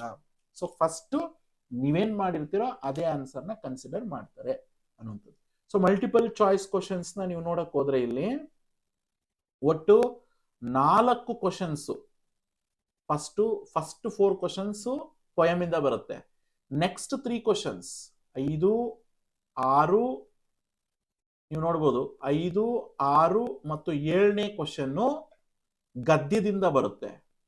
ನೆಕ್ಸ್ಟ್ 8, 9, 10ನೇ ಕ್ವಶನ್ ದೀರ್ಘ ಗದ್ಯದಿಂದ ಬರುತ್ತೆ. ಬಟ್ ನೀವೊಂದ್ಸಲ ಅಬ್ಸರ್ವ್ ಮಾಡಬೇಕು, ಇಲ್ಲಿ 10ನೇ ಕ್ವಶನ್ ನೋಡಿ, ದೀರ್ಘ ಗದ್ಯದ್ದು 10ನೇ ಕ್ವಶನ್, ಇದು ಸ್ವಲ್ಪ ಅಪ್ಲಿಕೇಶನ್ ಲೆವೆಲ್ ಕ್ವಶನ್. ಈ ಕ್ವಶನ್ ನಿಮ್ ಟೆಕ್ಸ್ಟ್ ಬುಕ್ ಅಲ್ಲಿ ಇರಲ್ಲ. ಐ ಮೀನ್ ಲಾಸ್ಟ್ ಅಲ್ಲಿ ಟೆಕ್ಸ್ಟ್ ಬುಕ್ ಅಲ್ಲಿ ಅವ್ರು ಕ್ವಶನ್ಸ್ ಕೊಟ್ಟಿರ್ತಾರಲ್ಲ ಅದ್ರಲ್ಲಿ ಇರಲ್ಲ, ಟೆಕ್ಸ್ಟ್ ಬುಕ್ ಒಳಗಡೆ ಕೇಳ್ತಾರೆ ಈ ತರದ್ದು. ಇದು ಪದ್ಯದಿಂದ 1, ಗದ್ಯದಿಂದ 1, ದೀರ್ಘ ಗದ್ಯದಿಂದ 1. ಇಲ್ಲಿ ನೋಡಿ 6ನೇ ಕ್ವಶನ್ ನೋಡಿ, ಮೂಲೆಮನೆ ಮುದ್ದೇಗೌಡರು ಮೂತ್ರಪಿಂಡದಲ್ಲಿ ಕಲ್ಲಾಗಿತ್ತು. ಇದು ಸಹ application level from the lesson. ಆಮೇಲೆ ಇಲ್ಲಿ ಇದು ಮೂರನೇ ಕ್ವಶನ್ ನೋಡಿ. ಈ ಕ್ವಶನ್ ಕೂಡ ಪದ್ಯದಿಂದ ಅಪ್ಲಿಕೇಶನ್ ಲೆವೆಲ್ ಕ್ವಶನ್. ಅರ್ಥ ಆಯ್ತಲ್ಲ ಹೇಳ್ತಾ ಇರೋಂಥದ್ದು. ಸೊ ಈ ತರ 3 ಕ್ವಶನ್ ನಿಮಗೆ ಅಪ್ಲಿಕೇಶನ್ ಲೆವೆಲ್ ಕ್ವಶನ್ ಬರುತ್ತೆ. ಇದು ಸ್ವಲ್ಪ ನೀವು ಯೋಚನೆ ಮಾಡಿ ಉತ್ತರ ಬರಿಬೇಕು. ಹಾಗಾಗಿ ಟೋಟಲ್ 10 ಮಾರ್ಕ್ಸ್ ಆಯ್ತು ಮಲ್ಟಿಪಲ್ ಚಾಯ್ಸ್.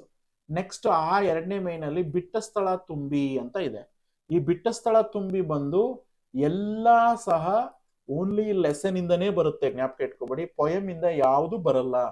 ಈ 11ನೇ ಕ್ವಶನ್ ಇಂದ ಹಿಡಿದು 15 ಈ ಒಟ್ಟು 5 ಕ್ವಶನ್ಸ್ ಎಲ್ಲಾ ಲೆಸನ್ಸ್ ಇಂದಾನೆ ಕೇಳ್ತಾರೆ. ಅದಕ್ಕೆ ಆನ್ಸರ್ಸ್ ಇಲ್ಲೇ ನೋಡ್ಬೋದು ನೀವು, ಬ್ರಾಕೆಟ್ ಅಲ್ಲಿ ಮೇಲೆನೆ ಕೊಟ್ಟಿದ್ದಾರೆ. ಓಕೆನಾ. ನೆಕ್ಸ್ಟ್ ಈ ಮೇನ್ ಹೊಂದಿಸಿ ಬರೆಯಿರಿ ಅಂತ ಇದೆಯಲ್ಲ, ಈ ಹೊಂದಿಸಿ ಬರೆಯಿರಿ ಎಲ್ಲಾ questions coming from the poems ಇಂದಾನೇ ಎಲ್ಲಾ ಕ್ವಶನ್ಸ್ ನ ತಗೊಂಡಿರ್ತಾರೆ ಮ್ಯಾಚ್ ದಿ ಫಾಲೋಯಿಂಗ್ಗೆ. ಇಲ್ಲಿ ಅಬ್ಸರ್ವ್ ಮಾಡ್ಬೋದು, ಇಲ್ಲಿ 5 ಇದಾವೆ. ಈ 5ಕ್ಕೆ ಆನ್ಸರ್ಸ್ ನೋಡಿದ್ರೆ 6 ಕೊಟ್ಟಿದ್ದಾರೆ. ಅಂದ್ರೆ ಒಂದು ಕನ್ಫ್ಯೂಸ್ ಆಗುವಂತ ಆನ್ಸರ್ ನ ಕೊಟ್ಟಿರ್ತಾರೆ, ನೀವು ಒಂದನ್ನು ಬಿಡಬೇಕು. ಸೊ ಇದು ಎಲ್ಲಾ ಪದ್ಯಗಳ ಕವಿ ಕೃತಿ ಪರಿಚಯದಲ್ಲೇ ಬರುತ್ತೆ, ಜ್ಞಾಪಕ ಇಟ್ಕೊಳ್ಳಿ.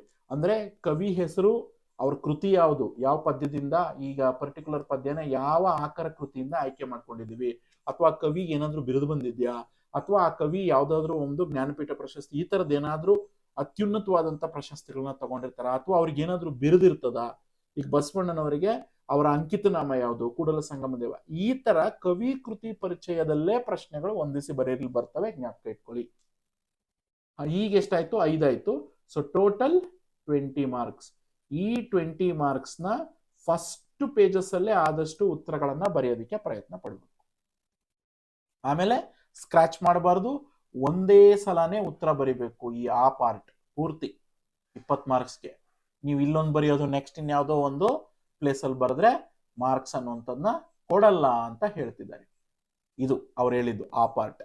ನೆಕ್ಸ್ಟ್ ಎರಡನೇ ಆ ಪಾರ್ಟ್ ಇದು ನೋಡಿ, ವಿಭಾಗ 2. ಅದರಲ್ಲಿ ಏನ್ ಹೇಳಿದ್ದಾರೆ ನೋಡಿ, 2 ಅಂಕದ ಪ್ರಶ್ನೆಗಳು. ಈಗ ನಾನು ಹೇಳಿದ ಅರ್ಥ ಆಯ್ತಲ್ಲ, ಈ 20 ಮಾರ್ಕ್ಸ್ ಹೆಂಗ್ ಬಂತು ಅಂತ. 1 ಮಾರ್ಕ್ಸ್ ಕ್ವಶನ್ಸ್, 10 ಮಲ್ಟಿಪಲ್ ಚಾಯ್ಸ್, 5 ಹೊಂದಿಸಿ ಬರೀರಿ, 5 match the following, total 20 marks. ಇನ್ನು 2 ಅಂಕದ ಪ್ರಶ್ನೆಗಳು ಅಂತ ನೋಡಕ್ ಹೋದ್ರೆ ಇದ್ರಲ್ಲಿ ಕೊಟ್ಟಿರೋ ಪ್ರಶ್ನೆಗಳು 18, ನೀವು ಉತ್ತರಿಸಬೇಕಾಗಿರೋದು ಕೇವಲ 12. 12 ಎರಡ್ಲಿ 12 ಎರಡ್ಲಿ ಎಷ್ಟು ನೋಡಿ, ಇಲ್ಲಿ ಒಟ್ಟು ಅಂಕಗಳು 18 ಎರಡ್ಲಿ 36 ಮಾರ್ಕ್ಸ್ ಇರ್ತದೆ. ಬಟ್ ನೀವು 12 ಪ್ರಶ್ನೆಗಳಿಗೆ ಉತ್ತರ ಬರಿತಾ ಇರೋದ್ರಿಂದ 12 ಎರಡ್ಲಿ 24, 24 ಮಾರ್ಕ್ಸ್ ಮಾತ್ರ ಬರಿಬೇಕು. ಬಟ್ ಅವ್ರು ಕೊಟ್ಟಿರೋದು 18 ಕ್ವಶನ್ 36 ಮಾರ್ಕ್ಸ್ ಕೊಟ್ಟಿರ್ತಾರೆ ಅಂತ ಹೇಳ್ತಾ ಇರೋದು. ಬಟ್ ನೀವು ಬರೆಯೋದು ಚಾಯ್ಸ್ ಅಂತ ಹೇಳ್ದಲ್ಲ ನಾನು. ಸರ್ ಅದನ್ನೊಂದ್ಸಲ ತೋರಿಸಿದ್ರೆ 2 ಮಾರ್ಕ್ಸ್ ಎಷ್ಟಿದಾವೆ ಅಂತ. ಇಲ್ಲಿ ನೀವು ನೋಡ್ಬೋದು 2 ಮಾರ್ಕ್ಸ್ ಕ್ವಶನ್ಸ್ ನೋಡಿ, ಇಲ್ಲಿ ಸೇಮ್ ಲಾಸ್ಟ್ ಇಯರ್ ತರನೇ ಇದೆ. ಇದು ಪದ್ಯ, ಯಾವಾಗ ನೀವು ಜ್ಞಾಪಕ ಇಟ್ಕೊಬೇಕು, ಫಸ್ಟ್ ಪದ್ಯ, ಆಮೇಲೆ ಗದ್ಯ, ಆಮೇಲೆ ದೀರ್ಘ ಗದ್ಯ. ಫಸ್ಟ್ ಇಯರ್ ಅಲ್ಲಾದ್ರೆ ಫಸ್ಟ್ ಪದ್ಯ, ನೆಕ್ಸ್ಟ್ ಗದ್ಯ, ಮೂರನೇದು ನಾಟಕ ಇರ್ತದೆ ಬೋಳೆಶಂಕರ. ಇಲ್ಲಿ ಫಸ್ಟ್ ಇಯರ್ ಅಲ್ಲಾದ್ರೆ, ಸೆಕೆಂಡ್ ಇಯರ್ ಅಲ್ಲಾದ್ರೆ ಫಸ್ಟ್ ಪದ್ಯಗಳಿರ್ತವೆ, ನೆಕ್ಸ್ಟ್ ಗದ್ಯ ಇರ್ತದೆ, ಮೂರನೇದು ಕೃಷ್ಣೇಗೌಡ ರಾಣಿ ಅನ್ನುವಂಥದ್ದು ಇರುತ್ತೆ. ಇಲ್ಲಿ ನೀವು ನೋಡ್ಬೋದು 3 ಪ್ರಶ್ನೆ ಅಂತ ಇದೆಯಲ್ಲ, ಇಲ್ಲಿ ಕ್ವಶನ್ಸ್ ನ ನೀವು ನೋಡ್ಕೋಬೇಕು. ಇವೆಲ್ಲ ಫಸ್ಟ್ ಬರೋದು ಪದ್ಯ. ಓಕೆ, ಸೊ ಈ ಪದ್ಯದಲ್ಲಿ 2-3 ವಾಕ್ಯಗಳಲ್ಲಿ ಉತ್ತರಿಸಿ ಅಂತ ಇದೆಯಲ್ಲ, ಇದರಲ್ಲಿ 3 ಕ್ವಶನ್ಗೆ ಆನ್ಸರ್ ಬರೀಬೇಕು. ಬಟ್ ಅವ್ರು ಎಷ್ಟು ಕೊಟ್ಟಿದ್ದಾರೆ ನೋಡಿ, 4 ಕೊಟ್ಟವ್ರು. 1, 2, 3, 4 ಕೊಟ್ಟಿದ್ರು, ಒಂದು ಬಿಡ್ಬೋದು. ಅರ್ಥ ಆಯ್ತಾ? ಸೊ ಈ ಬ್ಲೂ ಪ್ರಿಂಟ್ ನ ಒಂದ್ಸಲ ಚೆಕ್ ಮಾಡಿದ್ರೆ ಅವರು ಹೇಳ್ತಾ ಇರೋದು ಅದನ್ನೇ. ಈ ತರ ನಿಮಗೆ 4 ಕ್ವಶನ್ಸ್ ಅನ್ನುವಂಥದ್ದು ಕೊಟ್ಟಿರ್ತೀವಿ, ನೀವು ಅದಕ್ಕೆ 3 ಬರಿಬೇಕು ಪದ್ಯದಲ್ಲಿ. ಆದ್ರೆ ಗದ್ಯದಲ್ಲಾದ್ರೆ 2 ಕ್ವಶನ್ ಮಾತ್ರ ಆನ್ಸರ್ ಬರಿಬೇಕು. ಬಟ್ ಇಲ್ಲಿ ಕೊಟ್ಟಿರೋದು ನೋಡು, ಎಷ್ಟು ಎಕ್ಸ್ಟ್ರಾ ಇದೆ? 2 ಎಕ್ಸ್ಟ್ರಾ ಇದೆ. ಇದನ್ನ ಜ್ಞಾಪಕ ಇಟ್ಕೋಬೇಕು. 1, 2, 3, 4 ಇದಾವೆ. ಬಟ್ ನೀವು ಬರಿಬೇಕಾಗಿರೋದು ಎಷ್ಟಿಲ್ಲಿ? 2. ಅಲ್ಲಿಗೆ 2 ಬಿಡ್ಬೋದು. ಇಲ್ಲಿ 3 ಇರ್ತಾ ಇತ್ತು, ಈ ಸಲ ಒಂದು ಜಾಸ್ತಿ ಮಾಡಿದ್ದಾರೆ. ಇಲ್ಲಿ 2. ಅದಕ್ಕೆ ನಾನು ಹೆಡ್ಡಿಂಗ್ ನ ನೋಡ್ಬೇಕು ಅಂತ ಹೇಳ್ತಾ ಇರೋದು. ಹೆಡ್ಡಿಂಗ್ ನೋಡಿದಿರ ಬರೆಯಕ್ ಹೋಗ್ಬಾರ್ದು. ನೆಕ್ಸ್ಟ್ ದೀರ್ಘ ಗದ್ಯ ಇದೆಯಲ್ಲ, ಇದ್ರಲ್ಲಿ ನೋಡು 3 ಬರಿಬೇಕು. ಬಟ್ 3 ಏನ್ ಮಾಡಿದ್ದಾರೆ ಅಂತಂದ್ರೆ 4 ಕ್ವಶನ್ ಕೊಟ್ಟವ್ರು. ಇಲ್ಲೂ ಅಷ್ಟೇ, ಇಲ್ಲಿ 1 ಬಿಡ್ಬೇಕು. ಇದನ್ನ ಕರೆಕ್ಟಾಗಿ ಅರ್ಥ ಮಾಡ್ಕೋಬೇಕು ಸ್ಟೂಡೆಂಟ್ಸ್.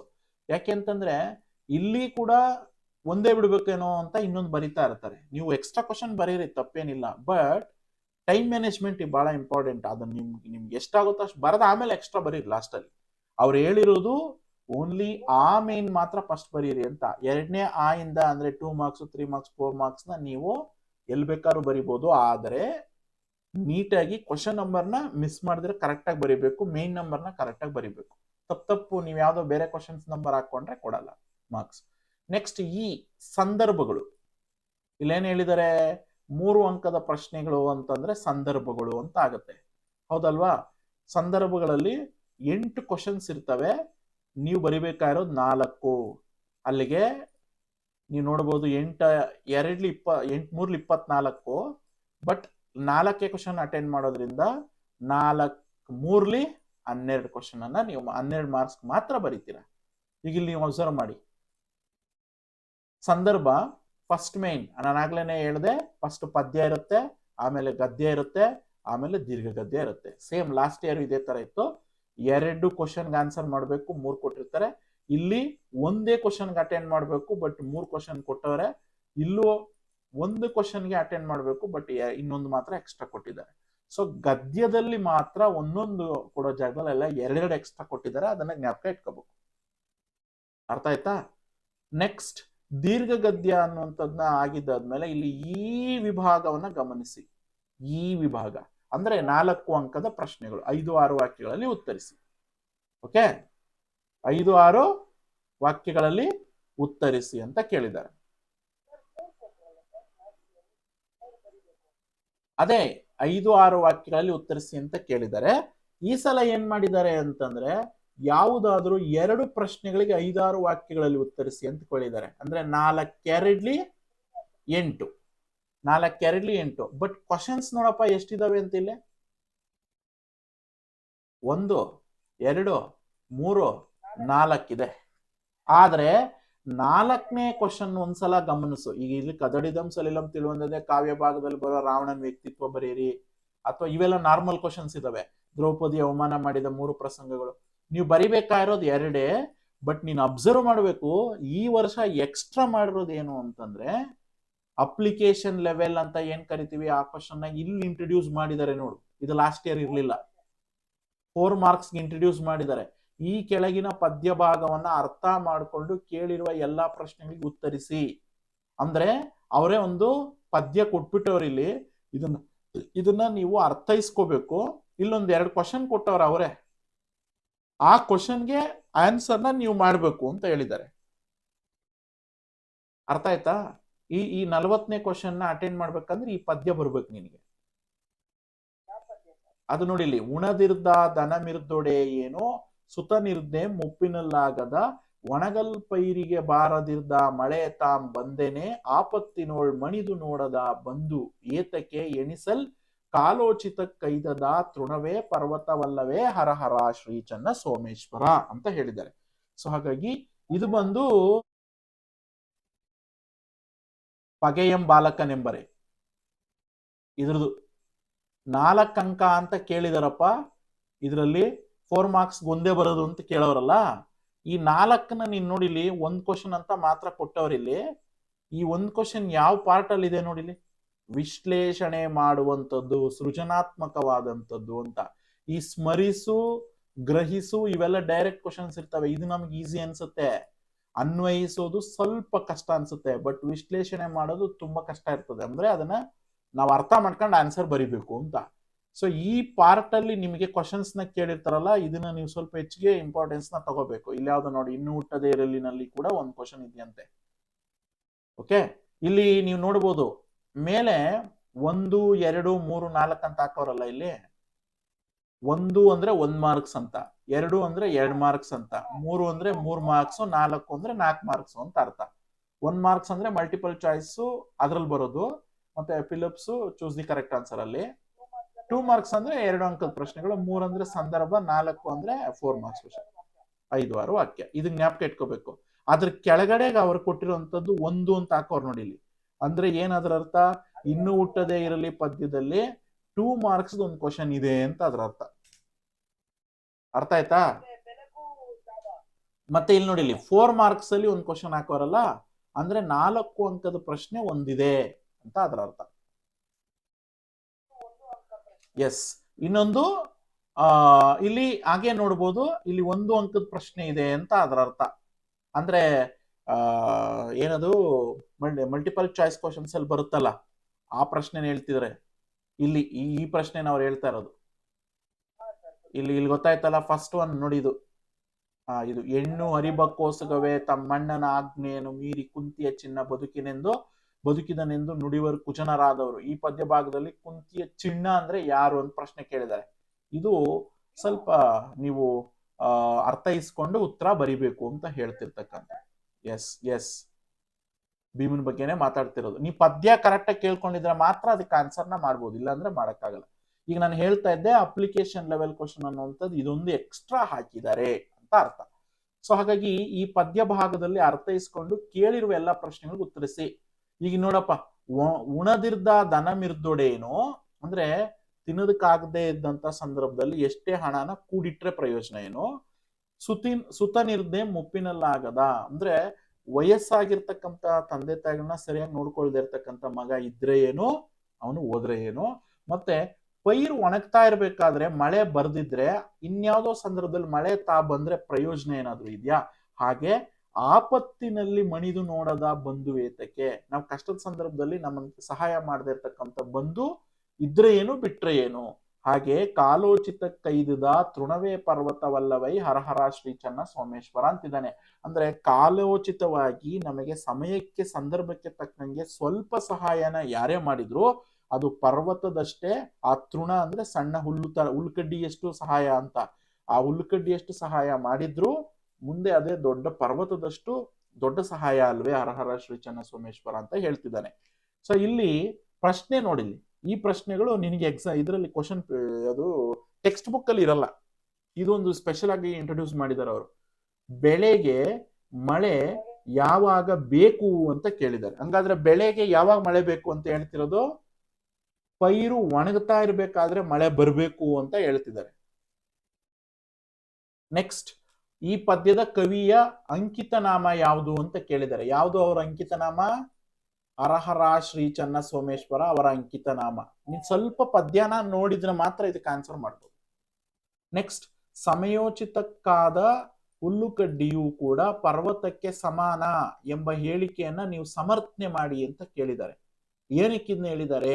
ಇವಾಗ ನಾನು ಹೇಳಿದ್ನಲ್ಲ, ಉಣದಿರ್ದ ದನ ಮಿರ್ದೊಡೇನು, ಸುತನಿದ್ದ ಅಂದ್ರೆ ವಯಸ್ಸಾದಂತ ತಂದೆ ತಾಯಿಗಳನ್ನ ನೋಡ್ಕೊಳ್ದೆ ಇರ್ತಕ್ಕಂಥ ಮಗ ಇದ್ರೇನು ಪ್ರಯೋಜನ ಇಲ್ಲ, ಪೈರು ಒಣಗ್ತಾ ಇರ್ಬೇಕಾದ್ರೆ ಮಳೆ ಬರಬೇಕು, ಹೀಗೆ ಆಪತ್ತಿನಲ್ಲಿ ನಮ್ಮ ಬಂಧುಗಳು ನಮ್ಮನ್ನ ಬಂದು ನೋಡ್ಬೇಕು, ಹೀಗೆ ನಮಗೆ ಸಮಯಕ್ಕೆ ತಕ್ಕ ಹಾಗೆ ನಾವು ಕಷ್ಟ ಬಂದಾಗ ಯಾರು ಸಹಾಯ ಮಾಡ್ತಿರ್ತಾರೋ ಅವರು ನಮ್ಮ ಏನದು ಮಾಡುವಂತಹ ಸಣ್ಣ ಸಹಾಯವೂ ಕೂಡ ಉಳ್ಕಡ್ಡಿಯಷ್ಟು ಸಹಾಯ ಕೂಡ ಮುಂದೆ ಅದೇ ದೊಡ್ಡ ಪರ್ವತದಷ್ಟು ದೊಡ್ಡ ಸಹಾಯ ಆಗತ್ತೆ ಅನ್ನುವಂಥದ್ದನ್ನ ಕವಿ ಹೇಳ್ತಿದ್ದಾರೆ ಅನ್ನೋದನ್ನ ಸಮರ್ಥನೆ ಮಾಡ್ಬೇಕು.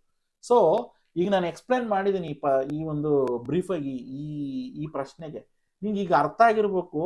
ಇದು ಅಷ್ಟು ಸುಲಭವಾಗಿ ಈ ಪ್ರಶ್ನೆಗೆ ನಾವೇನ್ ಮಾಡಕ್ಕಾಗಲ್ಲ, ಉತ್ತರನ ಬರೆಯಕ್ಕಾಗಲ್ಲ.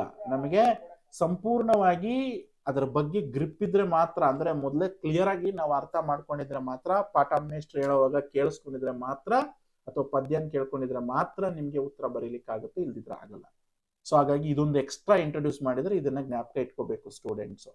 ಅದಕ್ಕೋಸ್ಕರನೇ ಇಲ್ಲಿ 4 ಆಪ್ಷನ್ ಇರೋದ್ರಿಂದ ನಿಮಗೆ ಯಾವ್ದು ಸುಲಭ ಇದೆಯೋ ನೀವು 2 ಬರೀಬಹುದು, ಇದನ್ನೇ ಬರಿಬೇಕು ಅಂತ ಏನಿಲ್ಲ.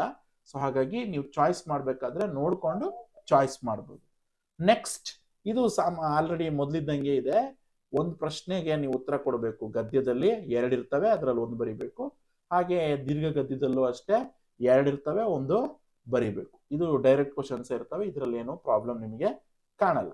ನೆಕ್ಸ್ಟ್, ಭಾಷಾಭ್ಯಾಸ ಮೇನ್ ಇದೆಯಲ್ಲ, ಈ ಭಾಷಾಭ್ಯಾಸಕ್ಕೆ ಸಂಬಂಧಿಸಿದ ಹಾಗೆ ನಾವು ನೋಡ್ಬೇಕು ಅಂತಂದ್ರೆ ಇಲ್ಲಿ ನೀವು ಅಬ್ಸರ್ವ್ ಮಾಡಿ, 4 ಅಂಕದ ಪ್ರಶ್ನೆಗಳಾಯ್ತು. ಈಗ ನಾನು ಹೇಳ್ಬಿಟ್ಟೆ ಆಲ್ರೆಡಿ 10 ಪ್ರಶ್ನೆಗಳಿರ್ತವೆ. ಸರಿ, 10 ಪ್ರಶ್ನೆಗಳಿರ್ತವೆ. ನೀವು ಬರಿಬೇಕಾಗಿರೋದು 6. ಅಂದ್ರೆ 10ಕ್ಕೆ 40 ಮಾರ್ಕ್ಸ್ ಕೊಟ್ಟಿರ್ತೀವಿ ನಾವು. ನೀವು ಬರಿಬೇಕಾಗಿರೋದು 6 4 24 ಮಾರ್ಕ್ಸ್ ಮಾತ್ರ ಅಂತ. ಅಂದ್ರೆ ನೀವು ಬರಿಬೇಕಾಗಿರೋದು ಎಷ್ಟು ಕ್ವಶನ್ಸ್ಗೆ ಉತ್ತರಿಸಬೇಕಾಗಿರೋದು 6 ಕ್ವಶನ್ಸ್ಗೆ ಉತ್ತರ ಕೊಡಬೇಕು. 6 × 4 = 24. But first ಎಷ್ಟಿತ್ತಪ್ಪ? ಫಸ್ಟ್ ಎಷ್ಟಿತ್ತು? ಈಗ ಎಷ್ಟಿದೆ ನೋಡಿಲಿ? 2 1 1. ಆದ್ರೂ 4ಕ್ಕೆ ಕೊಟ್ಟಿದ್ರಲ್ಲ, ಇದು ಯಾಕೆ ಅವ್ರನ್ನ 6 ಕೊಟ್ಟಿದ್ದಾರೆ? 4ಕ್ಕೆ ಅಟೆಂಡ್ ಮಾಡ್ಬೇಕಾಗಿರೋದು ನೀವು, 6ಕ್ಕಲ್ಲ. ಅದಲ್ಲ ಇನ್ನೊಂದು 4 ಮಾರ್ಕ್ಸ್, ಇನ್ನೆರಡು ಕ್ವಶನ್ಸ್ ಇದೆಯಲ್ಲಪ್ಪ. ಏನು ಪತ್ರ 4 ಮಾರ್ಕ್ಸ್ ಇದೆ, ಪ್ಲಸ್ ಯಾವ್ದದು ಪ್ರಬಂಧ 4 ಮಾರ್ಕ್ಸ್ ಇದೆ. ಹೌದು, 2 ಸೇರಿಸಿ ಅವ್ರು ಅಲ್ಲಿ ಕೊಟ್ಬಿಟ್ಟಿದ್ದಾರೆ ಅಷ್ಟೇ. ಅರ್ಥ ಆಯ್ತಲ್ಲ? ಸೊ ಅಲ್ಲಿಗೆ 4 ಕ್ವಶನ್ಸ್, 4 ಅಂಕದ ಪ್ರಶ್ನೆಗಳು, ಒಟ್ಟು 6 ಮಾಡ್ಬೇಕು. 6ರಲ್ಲಿ 2, ಒಂದು ಪ್ರಬಂಧ, ಒಂದು ಗಾದೆ ಇದು ಅದು ಒಂದು ಪ್ರಬಂಧ, ಇನ್ನೊಂದು ಬಂದು ಲೆಟರ್ ರೈಟಿಂಗ್ ಇದೆಯಲ್ಲ, ಅವೆರಡು ಬಿಟ್ರೆ 4 ಕ್ವಶನ್ ನೀವು 4 ಮಾರ್ಕ್ಸ್ ನ ಅಟೆಂಡ್ ಮಾಡ್ಬೇಕು, ಗದ್ಯ, ಪದ್ಯ ಮತ್ತು ದೀರ್ಘ ಗದ್ಯದಲ್ಲಿ. ಇನ್ನ ಜೊತೆಗೆ ಈಗ ನಾನು ಆಗ್ಲೇ ಹೇಳ್ದಾಗೆ ಭಾಷಾಭ್ಯಾಸ ಅನ್ನುವಂಥದ್ದನ್ನ ಗಮನಿಸೋದಾದ್ರೆ ಹೆಂಗಿರ್ತದೆ ಸರ್ ಕ್ವಶನ್ ಪೇಪರ್ ಅಂತ ನೋಡಕ್ ಹೋದ್ರೆ, ಇಲ್ಲಿ ನೀವು ನೋಡ್ಬೋದು, ಒಟ್ಟು ನೀವು 4ಕ್ಕೆ ಬರಿಬೇಕಾಗಿರೋದು 4 2 8. ಲಾಸ್ಟ್ ಟೈಮು ಇದೇ ಇತ್ತು, ಈಗಲೂ ಅದೇ ಇಟ್ಟಿದ್ದಾರೆ. ನಿಮಗೆ ಒಟ್ಟು 6 ಮೈನ್ಸ್ ಕೊಟ್ಟಿರ್ತಾರೆ. ಇದನ್ನ ಸೂಚನೆಗಳಿಗೆ ಅನುಗುಣವಾಗಿ ನೀವು ನೋಡ್ಬೇಕು. 4 5 6 ಮೈನ್ಸ್ ಇದೆ. 6ರಲ್ಲಿ ನೀವು ಬರಿಬೇಕಾದ್ರೆ ಎನಿ 4, ನೀವು 2 ಬಿಡ್ಬೋದು. ಮತ್ತೆ ಅದರಲ್ಲೂ ಕೂಡ ಒಂದೊಂದು ಎಕ್ಸ್ಟ್ರಾ ಇದೆ, ನೀವು ನೋಡ್ಬೋದು. ಇಲ್ಲಿ ನೋಡಿ, ತದ್ಭವ ರೂಪ ಬರೀರಿ ಅಂತ 3 ಕೊಟ್ಟಿದ್ದಾರೆ. ಬಟ್ ನೀವು ಬರಿಬೇಕಾಗಿರೋದು 2ಕ್ಕೆ. ಇದರಲ್ಲೂ ಒಂದು ಬಿಡ್ಬೋದು ನೀವು. 2 ಗುಣವಾಚಕ ಬರೀರಿ ಅಂತ ಕೇಳಿದ್ದಾರೆ, 3 ಕೊಟ್ಟವ್ರು ನೋಡಿ. ಸೊ ಇದರಲ್ಲೂ ಒಂದೊಂದು ಎಕ್ಸ್ಟ್ರಾ ಆಪ್ಷನ್ ಇದೆ. ಬಟ್ ನಾನೇನ್ ಹೇಳೋದು ಅಂದ್ರೆ, ನಿಮ್ಗೆ ಸಜೆಸ್ಟ್ ಮಾಡೋದು ನೀವು 3 ಬರೀರಿ, ಅದು ನಿಮಗೆ ಹೆಲ್ಪ್ ಆಗುತ್ತೆ ಎಕ್ಸಾಮ್ ಅಲ್ಲಿ. ಇಲ್ಲೂ ಅಷ್ಟೇ 6 ಮೈನ್ಸ್ ಇದೆಯಲ್ಲ, ಸಾಧ್ಯವಾದಷ್ಟು 6 ಮೈನ್ ಅಟೆಂಡ್ ಮಾಡೋಕ್ಕೂ ಪ್ರಯತ್ನ ಪಡಿ. ಅದು ಏನ್ ಪ್ರಾಬ್ಲಮ್ ನಿಮ್ಗೆ ಏನು ಹೆಲ್ಪ್ ಆಗುತ್ತೆ ಅಂದ್ರೆ, ಬೈ ಚಾನ್ಸ್ ಈಗ ಮೊದಲನೇ ಮೈನ್ ರಾಂಗ್ ಆಗ್ಬಿಟ್ಟಿದೆ ಅಂದ್ರೆ ಅಟ್ಲೀಸ್ಟ್ ನೆಕ್ಸ್ಟ್ ಮೈನ್ ಅನ್ನುವಂಥದ್ದನ್ನ ಚೂಸ್ ಮಾಡ್ತಾರೆ ಅವರು. ನೀವು ಬರೆಯೋದೇ 4 ಆದ್ರೆ ಅವಾಗ 2 ಮಾರ್ಕ್ಸ್ ಹೊಟ್ಟೋಗುತ್ತೆ. ಅದಕ್ಕೋಸ್ಕರ ನೀವು ಎಕ್ಸ್ಟ್ರಾನೇ ಬರೀಬೇಕು. ಇದನ್ನು ಬರೆದ್ರೆ ನಿಮಗೆ ಹೆಲ್ಪ್ ಆಗುತ್ತೆ.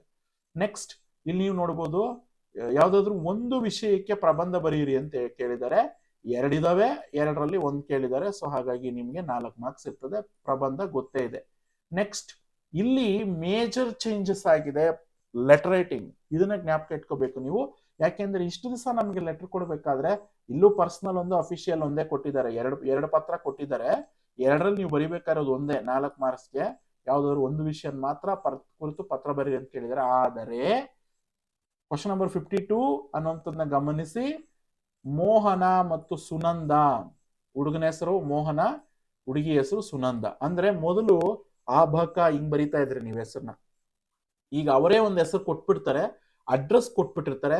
ಅದೇ ಅಡ್ರೆಸ್ಗೆ ನೀವು ಲೆಟರ್ನ ಹಾಕ್ಬೇಕು. ನಿಮ್ಮ ಅಡ್ರೆಸ್ಸು ಅವ್ರು ಕೊಟ್ಟಿರೋ ಅಡ್ರೆಸ್ನೇ ಬರಿಬೇಕು. ಇದು ನೀವು ಯೋಚನೆ ಮಾಡಿ ಬರಿಬೇಕು. ಇದು ನಿಮ್ಗೆ ಒಂದ್ ಸ್ವಲ್ಪ ಹೆಲ್ಪ್ ಆಗುತ್ತೆ.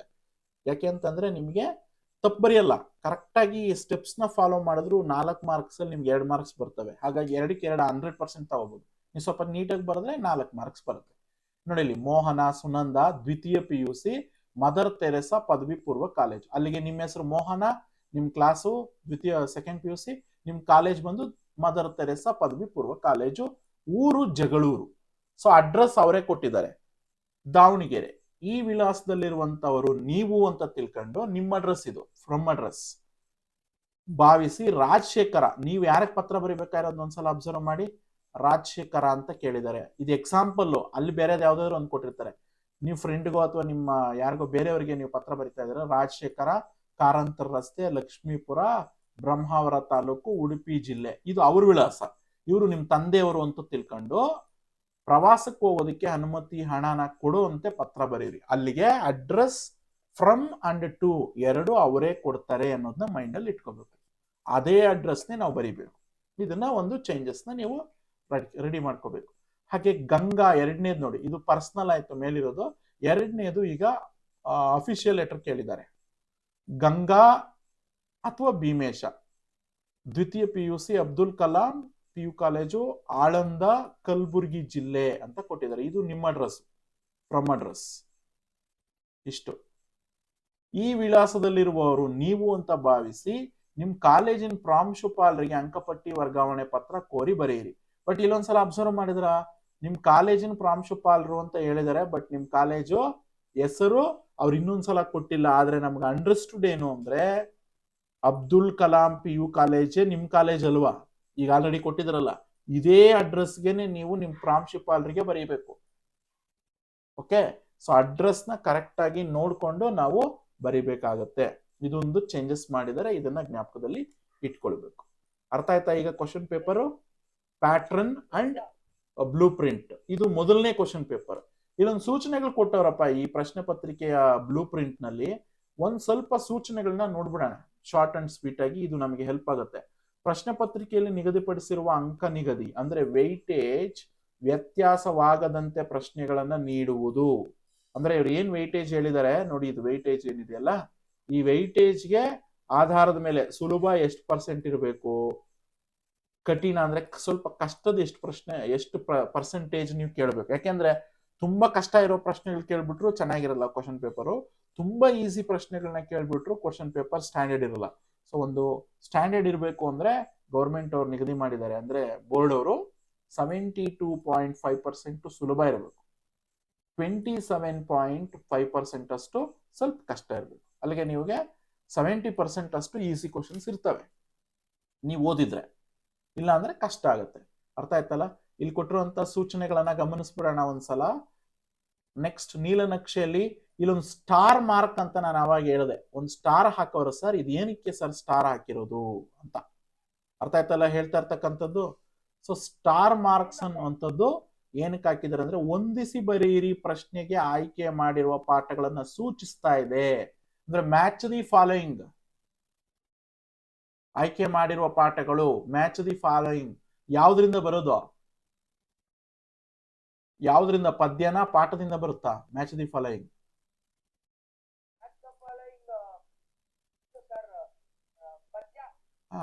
Very good. Match the following questions ಅಂತಂದ್ರೆ ನೀವು ಇಲ್ಲಿ ಅಬ್ಸರ್ವ್ ಮಾಡಬಹುದು, ಎಲ್ಲ ಪದ್ಯದಿಂದನೇ ಬರುತ್ತೆ. ಕೀರ್ತನ ನೋಡಿ, ಇಲ್ಲಿ ಮುಂಬೈ ಜಾತಕ, ನಿಸಾರ್ ಅಹಮದ್, ಇವೆಲ್ಲ ನೀವು ಪದ್ಯಗಳಿಂದನೇ ಬರ್ತಾ ಇದೆ ಅನ್ನೋದನ್ನ ಮರಿಬಾರ್ದು. ಸೊ ಅದಕ್ಕೆ ನಿಗದಿಪಡಿಸಿರ್ತಕ್ಕಂತಹ ಜಾಗವೇ ಈ ಸ್ಟಾರ್ ಮಾರ್ಕ್. ಇಲ್ಲಿ ನೀವು ನೋಡ್ಬೋದು, ಇಲ್ಲಿ ನೋಡಿ, ಇಲ್ಲೊಂದು ಸ್ಟಾರ್ ಇದಾವಲ್ವಾ, ಕಾಣಿಸ್ತಿದ್ಯಾ ಇದು? ಈ ಸ್ಟಾರ್ಸ್, ಈ ಸ್ಟಾರ್ ಇರೋ ಜಾಗ ಎಲ್ಲ ನಿಮಗೇನ್ ಕೇಳ್ತಾರೆ? ಆವಾಗ ನಾವೇನ್ ಮಾಡ್ಬೇಕು ಅಂದ್ರೆ ಈ ಒಮ್ಮೆ ನಗುತ್ತೇವೆ, ಹತ್ತಿ ಚಿತ್ತ, ಮತ್ತೆ ಮುಂಬೈ ಜಾತಕ, ಶಿಲ್ವೇರಿದ್ದಾನೆ, ಇದರಲ್ಲಿರುವಂತ ಕವಿ ಕೃತಿ ಪರಿಚಯನ ಸ್ವಲ್ಪ ಚೆನ್ನಾಗಿ ಏನ್ ಮಾಡ್ಬೇಕು ನಾವು ಓದ್ಕೋಬೇಕು ಅಂತ ಅದ್ರ ಅರ್ಥ. ಅರ್ಥ ಆಯ್ತಲ್ಲ ಹೇಳ್ತಾ ಇರ್ತಕ್ಕಂಥದ್ದು? ಗದ್ಯದಲ್ಲಿ ಬರಲ್ಲ, ಏನಕ್ಕೆ ಕೊಡ್ತಾರೆ? ಮ್ಯಾಚ್ ದಿ ಫಾಲೋಯಿಂಗ್ ಗದ್ಯ ಏನಕ್ಕೆ ಬರುತ್ತೆ? ಫಿಲ್ ಇನ್ ದ ಬ್ಲಾಂಕ್ಸ್ ಗದ್ಯ ಅವ್ರು ಹೇಳಿರೋದು ಓನ್ಲಿ ಮ್ಯಾಚ್ ದಿ ಫಾಲೋಯಿಂಗ್ ಅಂತ ಹೇಳ್ತಾ ಇರೋದು.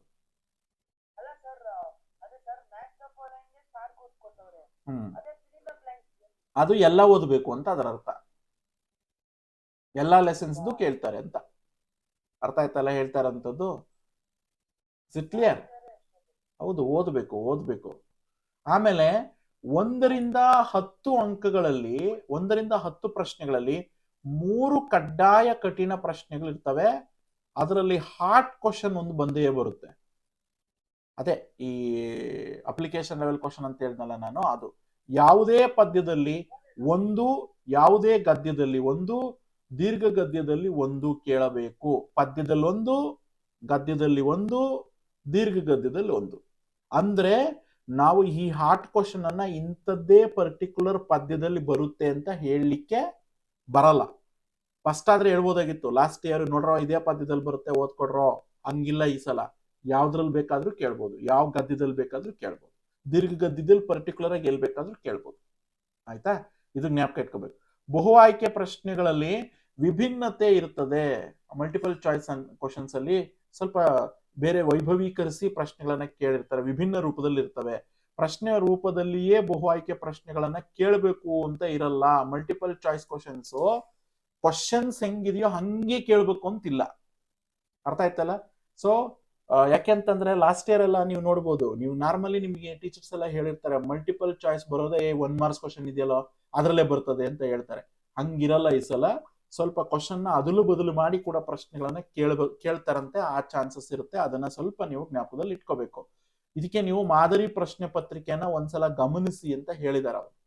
ಹೆಂಗೆ ಮಲ್ಟಿಪಲ್ ಚಾಯ್ಸ್ ಕ್ವಶನ್ಸ್ ನ ಸ್ವಲ್ಪ ಚೇಂಜಸ್ ಮಾಡಿದಾರಂತೆ, ಅದನ್ನ ಚೇಂಜಸ್ ಮಾಡಿ ಕೇಳ್ತಾರೆ ಅಂತ. ಇಲ್ಲಿ ನೋಡಿ, ಯಾರನ್ನ ಕೊಲ್ಲುವುದಿಲ್ಲ ಎಂದು ವಿದ್ಯಾದೇವತೆ ಹೇಳಿತು? ವಿಭೀಷಣ, ಕುಂಭಕರ್ಣ, ರಾಮ ಲಕ್ಷ್ಮಣ, ಅಂಗದ ಮತ್ತು ಹನುಮಂತ, ರಾಮ ಮತ್ತು ಸೀತೆ. ಯಾರನ್ನ ಕೊಲ್ಲೋದಿಲ್ಲ ಅಂತ ವಿದ್ಯಾದೇವತೆ ಹೇಳಿದ್ದು? ಬಹುರೂಪಿಣಿ ವಿದ್ಯಾದೇವತೆ ರಾಮ ಮತ್ತು ಲಕ್ಷ್ಮಣನನ್ನ ಕೊಲ್ಲಲ್ಲ ಅಂತ ಹೇಳಿದ್ದು ಬಹುರೂಪಿಣಿ ವಿದ್ಯಾದೇವತೆ. ಸೊ ಹಾಗೆ ಒಂದ್ ಸ್ವಲ್ಪ ನಿಮ್ಗೆ ವಿಭಿನ್ನವಾಗಿ ಪ್ರಶ್ನೆಗಳು ಅನ್ನುವಂಥದ್ದು ಇರುತ್ತೆ ಅಂತ ಹೇಳ್ತಿದ್ದಾರೆ. ಸೊ ಅದ್ರ ಕಡೆ ನೀವು ಕಾನ್ಸಂಟ್ರೇಷನ್ ಅನ್ನುವಂಥದ್ದನ್ನ ಮಾಡಬೇಕು, ಇಲ್ಲದೆ ಇದ್ರೆ ಕಷ್ಟ ಆಗತ್ತೆ ನಿಮ್ಮ ಪ್ರಶ್ನೆ ಪತ್ರಿಕೆಗೆ ಉತ್ತರಿಸೋದು ಅಂತ ಹೇಳ್ತಿದ್ದಾರೆ. ಸೊ ಅದೊಂದು. ನೆಕ್ಸ್ಟ್, ಬಿಟ್ಟ ಸ್ಥಳಕ್ಕೆ ನೀಡುವ ಉತ್ತರಗಳಲ್ಲಿ ಕನಿಷ್ಠ 2 ಉತ್ತರಗಳಾದ್ರೂ ಒಂದೇ ರೀತಿಯಲ್ಲಿರುತ್ತೆ. ವಿದ್ಯಾರ್ಥಿಗಳು ಯೋಚಿಸಿ ಉತ್ತರವನ್ನ ಬರೆಯುವುದು. ಇದು ನೋಡ್ರಪ್ಪ, ಸ್ವಲ್ಪ ಯೋಚನೆ ಮಾಡ್ಬೇಕು ನೀವು. ಕನ್ಫ್ಯೂಸ್ ಆಗ್ತಕ್ಕಂತ 2 ಆನ್ಸರ್ನ ಕೊಡ್ತಾರಂತೆ ಬಿಟ್ಟ ಸ್ಥಳದಲ್ಲಿ. 2 ರೈಟ್ ಏನು ಅಂತ ಅನಿಸ್ತಾ ಇರ್ತದೆ ನಮಗೆ. ನಾವು ಯೋಚಿಸಿ ಉತ್ತರ ಬರಿಬೇಕಂತೆ. ಕ್ಲಿಯರ್ ಕಟ್ ಆಗಿ ಅವ್ರು ಕೊಟ್ಬಿಟ್ಟಿದ್ದಾರೆ. ಬಿಟ್ಟ ಸ್ಥಳಕ್ಕೆ ನೀಡುವ ಉತ್ತರಗಳಲ್ಲಿ ಕನಿಷ್ಠ 2 ಉತ್ತರಗಳಾದ್ರೂ ನಾವು ಒಂದು ರೀತಿಯಲ್ಲಿ ಇರಬೇಕು. ಆ ವಿದ್ಯಾರ್ಥಿಗಳು ಅದನ್ನ ಯೋಚಿಸಿ ಉತ್ತರವನ್ನ ಬರೀಬೇಕು ಅಂತ ಹೇಳ್ತಾ ಇದ್ದಾರೆ.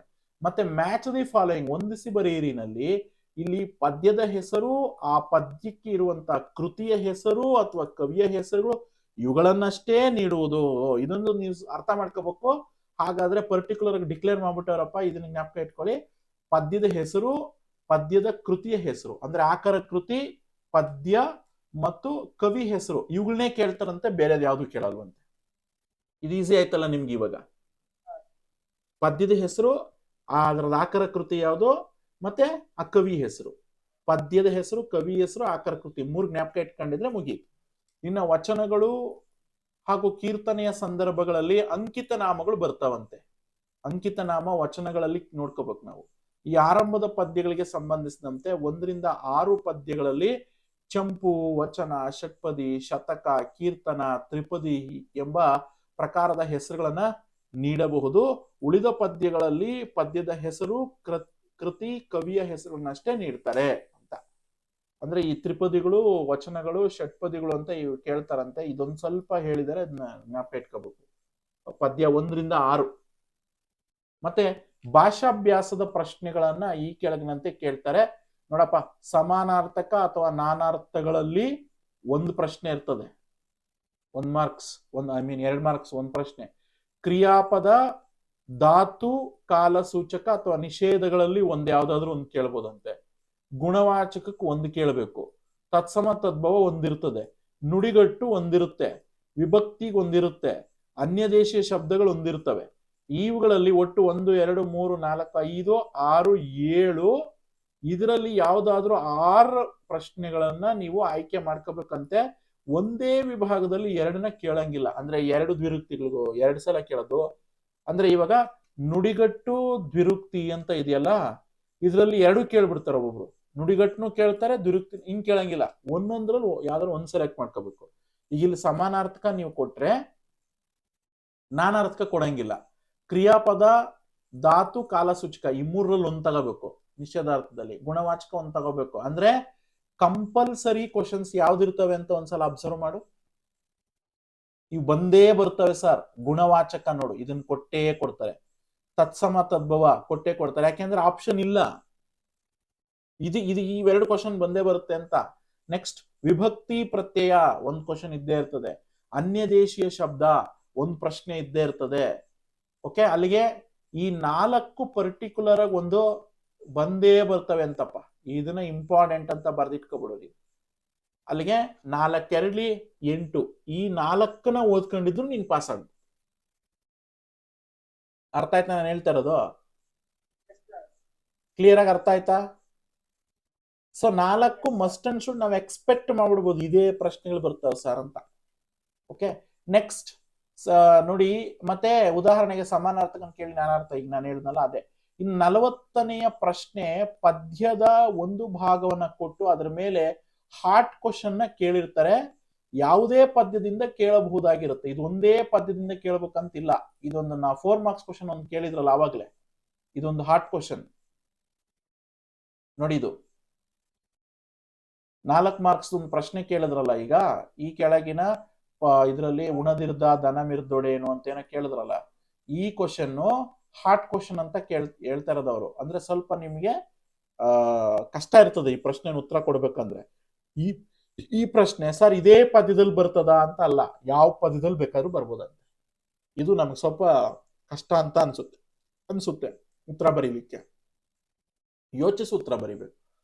ಅದಕ್ಕೆ ನಾನು ಹೇಳ್ತಾ ಇರೋದು, ಇಲ್ಲಿ 3 ಕ್ವಶನ್ ಇನ್ನೂ ಇರ್ತವೆ ನಿಮಗೆ, ಇದ್ರಲ್ಲಿ 2 ತಾನೇ ಬರಿಬೇಕಾಗಿರೋದು. ಇದ್ರಲ್ಲಿ ನೀವು ಚೂಸ್ ಮಾಡಿ. ಸಾಧ್ಯ ಐ ಮೀನ್ ನಿಮ್ಗೆ ಕನ್ಫ್ಯೂಸ್ ಆಗ್ತಾ ಇದ್ರೆ, ಈ ಪ್ರಶ್ನೆ ನಮ್ಗೆ ಕಷ್ಟ ಆಗ್ತಿದೆ ಸರ್ ಅನ್ನೋದಾದ್ರೆ, ಇದ್ರಲ್ಲಿ ನೀವು ಚೂಸ್ ಮಾಡಿ ಆನ್ಸರ್ ಅನ್ನುವಂಥದ್ದನ್ನ ಬರಿಬೋದು. ನೆಕ್ಸ್ಟ್ ಇನ್ನೊಂದು ಏನು ಇದು ಕೊಟ್ಟಿದ್ದಾರೆ, 9ನೇದು, ಪ್ರಬಂಧದ ಪ್ರಶ್ನೆಗಳಲ್ಲಿ ಒಂದನ್ನ ಅಭ್ಯಾಸ ಪುಸ್ತಕದಿಂದ ಆಯ್ಕೆ ಮಾಡಿಕೊಳ್ಳುವುದು, ಮತ್ತೊಂದು ಅಭ್ಯಾಸ ಪುಸ್ತಕದಲ್ಲಿರುವ ಪ್ರಬಂಧಗಳಿಗೆ ಪೂರಕವಾಗಿರುವ ಸಮಕಾಲೀನ ವಿಷಯಗಳನ್ನ ಕೇಳುವುದು. ಎಲ್ಲಾ ವಿದ್ಯಾರ್ಥಿಗಳು ಯೋಚಿಸಿ ಬರೆಯುವಂತೆ ಸುಲಭವಾಗಿರುವುದನ್ನ ಕೊಡಬೇಕು. ಅಂದ್ರೆ ನಿಮಗೆ ಇವಾಗ ಅಭ್ಯಾಸ ಪುಸ್ತಕ ಕೊಟ್ಟಿದಾರಲ್ಲ, ಗ್ರಾಮರ್ ಬುಕ್, ಅದರಲ್ಲಿ ಒಂದು ಪ್ರಶ್ನೆ ಬರುತ್ತೆ. ಅವರು ಅಭ್ಯಾಸ ಕೇಳಿರ್ತಕ್ಕಂಥ, ಅಂದ್ರೆ ಅವ್ರು ಎಕ್ಸಾಂಪಲ್ ಕೊಟ್ಟಿದಾರಲ್ಲ, ಒಂದು 10-12 ಎಕ್ಸಾಂಪಲ್ ಕೊಟ್ಟಿದ್ದಾರೆ, ಅದ್ರಲ್ಲಿ ಇನ್ನೊಂದು ಬೇರೆದು ಬರ್ಬೋದು, ಬಟ್ ರಿಲೇಟೆಡ್ ಎಲ್ಲರೂ ಬರೆಯುವಂಥದ್ದು ಕೊಡ್ಬೇಕು ಅಂತ ಹೇಳಿದ್ದಾರೆ. ಅದ್ರಲ್ಲಿ ನೀವು ಒಂದನ್ನು ಚಾಯ್ಸ್ ಮಾಡಬೇಕು. ನೆಕ್ಸ್ಟ್, ಪತ್ರಗಳ ವಿಭಾಗದಲ್ಲಿ ಆಗಿರೋ ಬದಲಾವಣೆಗಳನ್ನ ಗಮನಿಸಬೇಕು. ಅರ್ಥ ಆಯ್ತಾ? ಪತ್ರಗಳಲ್ಲಿ ಆಗಿರೋ ಬದಲಾವಣೆ ಏನೋ ಅವರೇ ಹೆಸರು ಮತ್ತು ಅಡ್ರೆಸ್ ಕೊಟ್ಬಿಟ್ಟಿದ್ದಾರೆ, ಅದನ್ನೇ ನಾವು ಬರಿಬೇಕು. ಓಕೆ. ಭಾವಾರ್ಥ ಹಾಗೂ ಗಾದೆ ಮಾತಿನ ವಿಸ್ತರಣೆ ಅನ್ನುವಂಥದ್ದು ಈ ಸಲ ಇರೋದಿಲ್ಲ. ಲಾಸ್ಟ್ ಇಯರ್ ತೆಗೆದಾಕಿದ್ರು, ಈ ಸಲನು ತೆಗೆದಾಕಿದ್ರು. ಅಂದ್ರೆ ಭಾವಾರ್ಥ ಬರಲ್ಲ, ಗಾದೆ ಮಾತು ಬರಲ್ಲ ನಮಗೆ. ಇದನ್ನ ನಮಗೆ ಜ್ಞಾಪಕದಲ್ಲಿ ಇಟ್ಕೋಬೇಕು. ಇದಿಷ್ಟು ಕೂಡ ಪ್ರಶ್ನೆ ಪತ್ರಿಕೆಯ ಕ್ಲಿಯರ್ ಆಗಿ ಈ ವರ್ಷದಲ್ಲಿ ಬರುವಂತಹ ಒಂದು ವಿನ್ಯಾಸ ನಾನು ಮಾತಾಡಿದ್ದೀನಿ. ಅರ್ಥ ಆಯ್ತಾ ಎಲ್ರಿಗೂ? ಸೇ ಲೌಡ್ಲಿ. ಇದು ದ್ವಿತೀಯ PUC ಕನ್ನಡ ಮಾದರಿ ಪ್ರಶ್ನೆ ಪತ್ರಿಕೆ ನೀಲನಕ್ಷೆ 1 ಹಾಗೂ ಮಾದರಿ ಪ್ರಶ್ನೆ ಪತ್ರಿಕೆಯ ಇನ್ಸ್ಟ್ರಕ್ಷನ್ಸ್ ಏನನ್ನ ಈ ವರ್ಷ ನಾವು ಚೇಂಜ್ ಮಾಡಿದೀವಿ ಅಂತ ಮೌಲ್ಯ ನಿರ್ಣಯ ಮಂಡಳಿ, ಅಂದ್ರೆ ಪರೀಕ್ಷಾ ಮಂಡಳಿ ಏನ್ ಸುತ್ತೋಲೆ ಹೊರಡಿಸಿದೆ, ಅದರಲ್ಲಿರೋ ಪ್ರಶ್ನೆ ಒಂದು ವಿಚಾರಗಳು, ಅದರ ಜೊತೆಗೆ ಮಾಡೆಲ್ ಕ್ವಶನ್ ಪೇಪರ್ 1 ಒಂದು ಕ್ವಶನ್ ಪೇಪರ್ ಅನ್ನುವಂಥದ್ದನ್ನ ನಾವು ವಿಶ್ಲೇಷಣೆ ಮಾಡಿದೀವಿ. ಸೊ ಮುಂದಿನ ಒಂದು ವಿಚಾರಗಳು ಮುಂದಿನ ತರಗತಿಯಲ್ಲಿ ತಿಳ್ಕೊಳ್ಳೋಣ. ಅರ್ಥ ಆಯ್ತಾ? ಓಕೆ ವಿದ್ಯಾರ್ಥಿಗಳೇ, ಇಲ್ಲಿವರೆಗೂ ಮಾದರಿ ಪ್ರಶ್ನೆ ಪತ್ರಿಕೆ 1 ಮತ್ತು ಅದರ ನೀಲನಕ್ಷೆ ಹಾಗೂ ಅದರ ಒಂದು ಮಾದರಿ ಪ್ರಶ್ನೆ ಪತ್ರಿಕೆಯ ವಿಭಾಗಗಳಲ್ಲಿ ಏನೇನೆಲ್ಲ ಚೇಂಜಸ್ ಆಗಿದೆ ಅನ್ನುವಂಥದ್ದನ್ನ ನಾನು ಈ ವಿಡಿಯೋದಲ್ಲಿ ಚರ್ಚೆ ಮಾಡಿದ್ದೀನಿ. ಮುಂದಿನ ಒಂದು ವಿಡಿಯೋದಲ್ಲಿ ಹಾಗೆ 2ನೇ ಮಾದರಿ ಪ್ರಶ್ನೆ ಪತ್ರಿಕೆ ಅನ್ನುವಂಥದ್ದಿದೆ. ಸೊ ಅದ್ರ ಬಗ್ಗೆ ನೆಕ್ಸ್ಟ್ ಒಂದು ತರಗತಿಯಲ್ಲಿ ನಾನು ನಿಮಗೆ ಡಿಸ್ಕಸ್ ಮಾಡ್ತೀನಿ. ಸೊ ಹಾಗಾಗಿ ನೀವೇನಾದ್ರೂ ಮೊದಲನೇ ಬಾರಿಗೆ ನಮ್ಮ ಚಾನಲ್ ವಿಸಿಟ್ ಮಾಡಿದ್ರೆ ಈಗ ಸಬ್ಸ್ಕ್ರೈಬ್ ಬಟನ್ ಅನ್ನು ಕ್ಲಿಕ್ ಮಾಡ್ಕೊಳ್ಳಿ, ಪಕ್ಕದಲ್ಲಿರೋ ಬೆಲ್ ಐಕನ್ ಅನ್ನು ಕ್ಲಿಕ್ ಮಾಡಿ, ಹಾಗೂ ಆಲ್ ನೋಟಿಫಿಕೇಶನ್ ಆನ್ ಮಾಡ್ಕೊಳ್ಳಿ. ಇದರಿಂದ ನಮ್ಮ ಮುಂದಿನ ಎಲ್ಲ ವಿಡಿಯೋ ನಿಮಗೆ ಆದಷ್ಟು ಬೇಗ ಸಿಗುತ್ತೆ.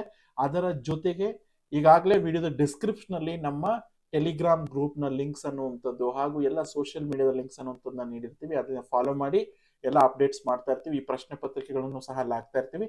ಎಲ್ಲದಕ್ಕಿಂತ ಇಂಪಾರ್ಟೆಂಟ್ ಆಗಿ ಸತೀಶ್ ಅಕಾಡೆಮಿ ಅಂತ ಹೇಳಿ ಗೂಗಲ್ ಪ್ಲೇ ಸ್ಟೋರ್ ನಲ್ಲಿ ಒಂದು ಅಪ್ಲಿಕೇಶನ್ ಅನ್ನ ಲಾಂಚ್ ಮಾಡಿದೀವಿ. ವಿದ್ಯಾರ್ಥಿಗಳಿಗೆ ಹೆಲ್ಪ್ ಆಗಲಿ ಅಂತ ಹೇಳಿ 10th first PUC second PUC ಎಲ್ಲರಿಗೂ ಹೆಲ್ಪ್ ಆಗುತ್ತೆ. ಈ ವರ್ಷದ ಈ ಒಂದು ಪ್ರಶ್ನೆ ಪತ್ರಿಕೆಗಳಿಗೆ ಉತ್ತರಗಳನ್ನು ಸಹ ಅಲ್ಲಿ ಹಾಕಿರ್ತೀವಿ. ಮತ್ತೆ multiple choice questions, very very important for the ಈ ಒಂದು ಪ್ರಶ್ನೆ ಪತ್ರಿಕೆ ಅನ್ನುವಂಥದ್ರ ಎಲ್ಲಾ ಪ್ರಶ್ನೆ ಪತ್ರಿಕೆಗಳು lessons wise multiple choice questions ಅನ್ನುವಂಥದ್ದನ್ನ ಕೂಡ ಹಾಕಿದೀವಿ. ಮತ್ತೆ ಎಲ್ಲಾ ತರಗತಿಗಳು ಅನ್ನುವಂಥದ್ದು, ಕನ್ನಡಕ್ಕೆ ಸಂಬಂಧಪಟ್ಟಂತೆ ಎಲ್ಲಾ ತರಗತಿಗಳು ಒಂದು ರೀಸನಬಲ್ ಒಂದು ಪ್ರೈಸ್ ನಲ್ಲಿ ಎಲ್ರಿಗೂ ಒಂದು ಹೆಲ್ಪ್ ಆಗೋ ರೀತಿಯಲ್ಲಿ ನಾವು ಹಾಕಿದೀವಿ. ಸೊ ಹಾಗಾಗಿ ಅದನ್ನ ನೀವು ವೀಕ್ಷಣೆ ಮಾಡಬೇಕು ಅಂದ್ರೆ ನೀವು ಸತೀಶ್ ಅಕಾಡೆಮಿ ಅಂತ ಹೇಳಿ SATHISH ಸತೀಶ್ ಅಕಾಡೆಮಿ ಅಂತ ಹೇಳಿ ಗೂಗಲ್ ಪ್ಲೇ ಸ್ಟೋರ್ ನಲ್ಲಿ ಸರ್ಚ್ ಮಾಡಿ ಎಲ್ಲ ಆಂಡ್ರಾಯ್ಡ್ ಮೊಬೈಲ್ ಅಲ್ಲಿ ಡೌನ್ಲೋಡ್ ಮಾಡ್ಬೋದು ನೀವು. ಅದರ ಜೊತೆಗೆ ಇಲ್ಲ ಅಂದ್ರೆ ವಿಡಿಯೋದ ಡಿಸ್ಕ್ರಿಪ್ಷನ್ ಲಿಂಕ್ ಹಾಕಿರ್ತೀನಿ, ಅಲ್ಲಿಂದ ನೀವು ಕ್ಲಿಕ್ ಮಾಡೋದ್ರ ಮುಖಾಂತರ ಡೌನ್ಲೋಡ್ ಮಾಡ್ಕೊಂಡು ಸೊ ಅದರ ಉಪಯೋಗವನ್ನು ಪಡ್ಕೊಳ್ಳಿ ಅಂತ ಹೇಳ್ತಾ ಮುಂದಿನ ಒಂದು ವಿಡಿಯೋದೊಂದಿಗೆ ಹಾಜರಾಗ್ತೀನಿ. ಎಲ್ರಿಗೂ ಆಲ್ ದ ಬೆಸ್ಟ್. ಮುಂದಿನ ಒಂದು ಅಪ್ಡೇಟ್ಸ್ಗೋಸ್ಕರ ಸೊ ಕಾಯ್ತಾ ಇರಿ ಅಂತ ಹೇಳ್ತಾ see you again. Thank you for watching.